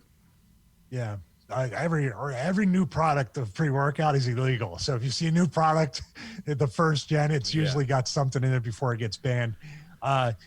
there was when I was there, obviously there was people taking the ephedra and also combining it with GHB, not at the same time, but they would come up there and then go to sleep with the GHB, which GHB, from what I've researched at that time and now, anything you use and not abuse can be used for benefit. So GHB was more like to kind of help produce growth hormone. At least that's the way it was advertised. And somebody goes, oh, well, I mix it with fucking whiskey and this and that and take this. I'll sleep even deeper. Yes, forever. Yeah.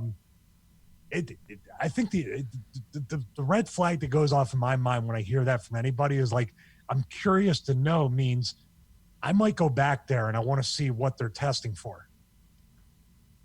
That's kind of what I heard in between the lines. Right. Because they do need a guy like that. I think Ryback would be better off in AEW and a better quality of life working once a week or twice a week here and there.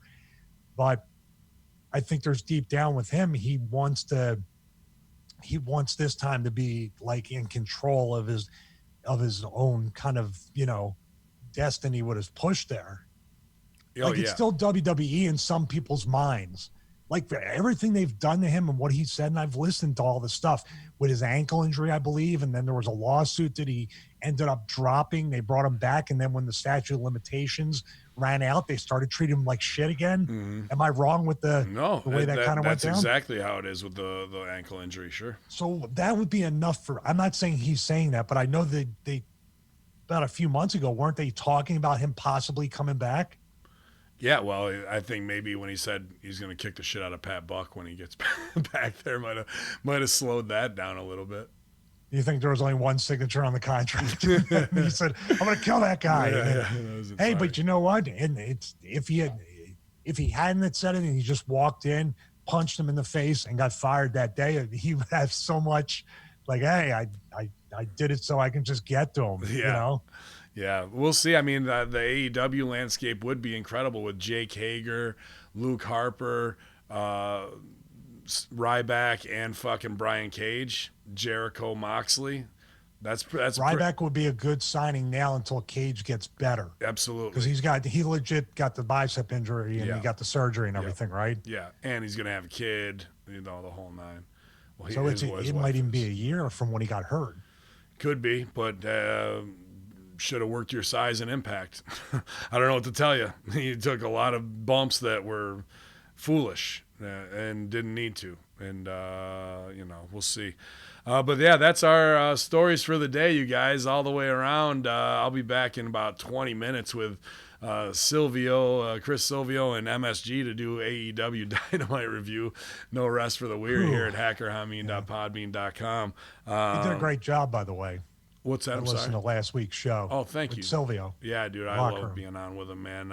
He's all the same Rip Rogers mindset that I have, but far more positivity, and his chi is far more in tune most of the time. Where he's like a shredded little Jesus. Pretty much, man. Psychedelic superstar, I hate bro. Him.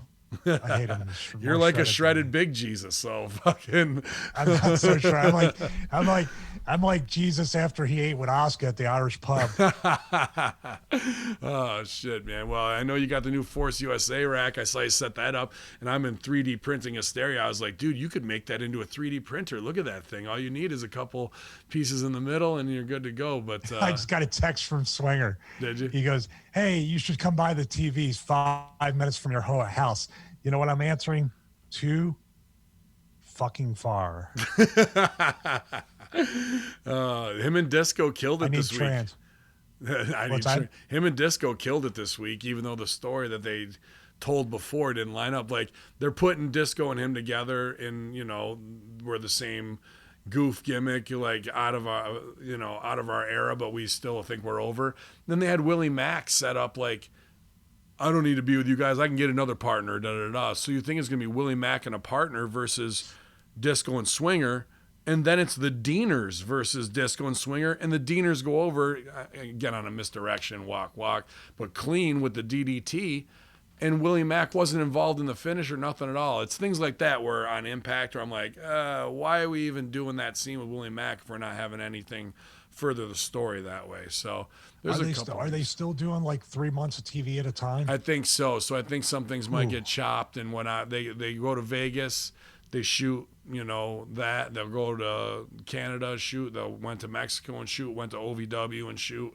So that's pretty much, I think, the loop, and then maybe a New York show and a couple others in between there. Yeah. Well, they're 5 minutes from my house. I'm going to look and see where they're at here. Well, here's the thing. It's not 5 minutes from my house, because 5 minutes from my house is just, there's a CVS. Here's the thing with that, dude. CVS? Wow, that's a big deal, man. People are asking about you because there was some pictures leaked that I guess Joey Ryan is going to do like a cancel culture thing that's similar to possibly Right to Censor. So maybe there is that, or maybe there's a moment for Dr. Stevie. Who knows? No, there's no moments for Dr. Stevie anymore. Well, if you're prescribing, I know into the talk, but there's no market for. Let's fucking be real, man. All you got to do is be Swinger's doctor, where he's trying to get prescriptions off you. That's it. He's just trying to hit you up. And I would love it, dude. I would love it for money, and not having to travel. It'd be great. But dude, I'm not gonna just. Here's the locker room. Not gonna, even if my friends are at, Swinger lives in the area. If I want to visit him, we can go to friggin' Chipotle and have lunch together. We can go, you know what I mean? There's plenty of my friends that are probably there. I like to see this, go and talk to him, but I'm not going to go backstage to visiting friends or just check. I'm not, because it always, no matter whether I have no intentions of looking for a job in wrestling, but that's not the look if I went there. Right. Doesn't matter. That's truly the perception is reality. And to be quite honest with you, we talk about it so much. I'd already be tired of being around it by the time I went to this thing tomorrow. Right. And I'm not swerving it. Maybe I am. I don't know. Maybe I'll be there. You never know. It's like if they come through with double the trans, he might just do it. I need trans for 5 minutes. It is 5 minutes away. I would love to ask Don Callis for trans. Uber Black, and make him Uber Black. Come get you.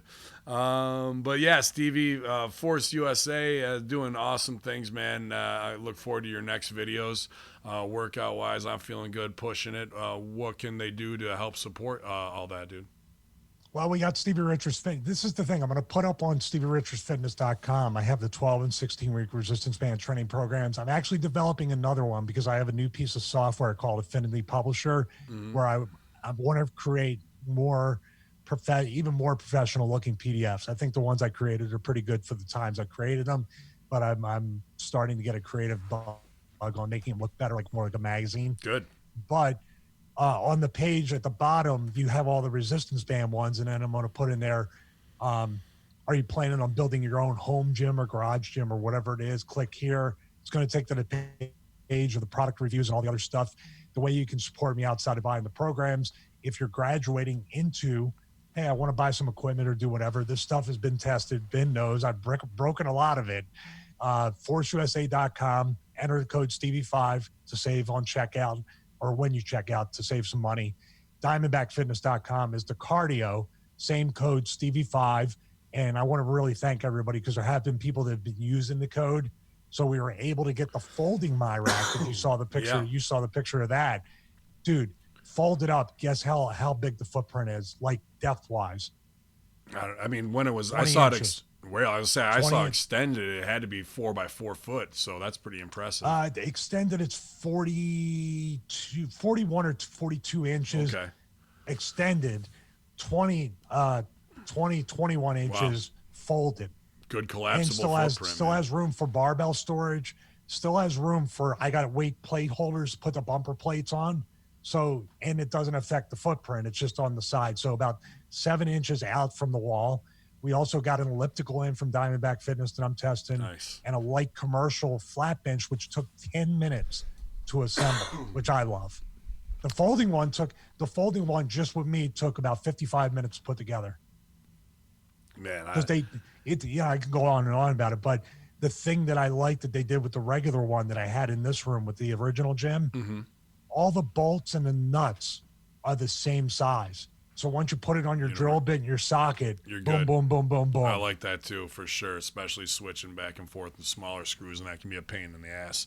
And dude, it doesn't look like, for something that would take up less footprint, it looks more sturdy than the other ones you almost have for a collapsible. So, yeah, what's the code people are on to? It's Stevie number 5. So STEVIE, the number 5 on checkout from both of those, and send them a message. Let them know you're watching the videos and stuff like that, because they like knowing where the stuff is coming from. And the Amazon code, I got to use that today because I got to order more plastic to make more beard skulls and every other goddamn thing I got on the list to do, man.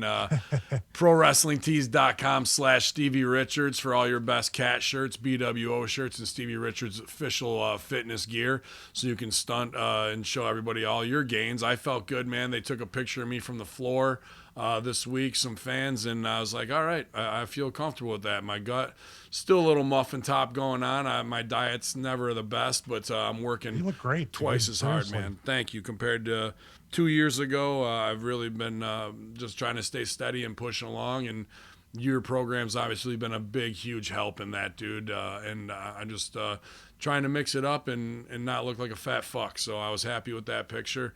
Compared to other ones, I wanted to say thank you, and if I can do it, then everybody can. Join the StevieRichardsFitness.com movement, and you'll get in the chat group with all of us, and we're always pushing each other, showing updates and progress, and trying to get there together. That's the best way to do it.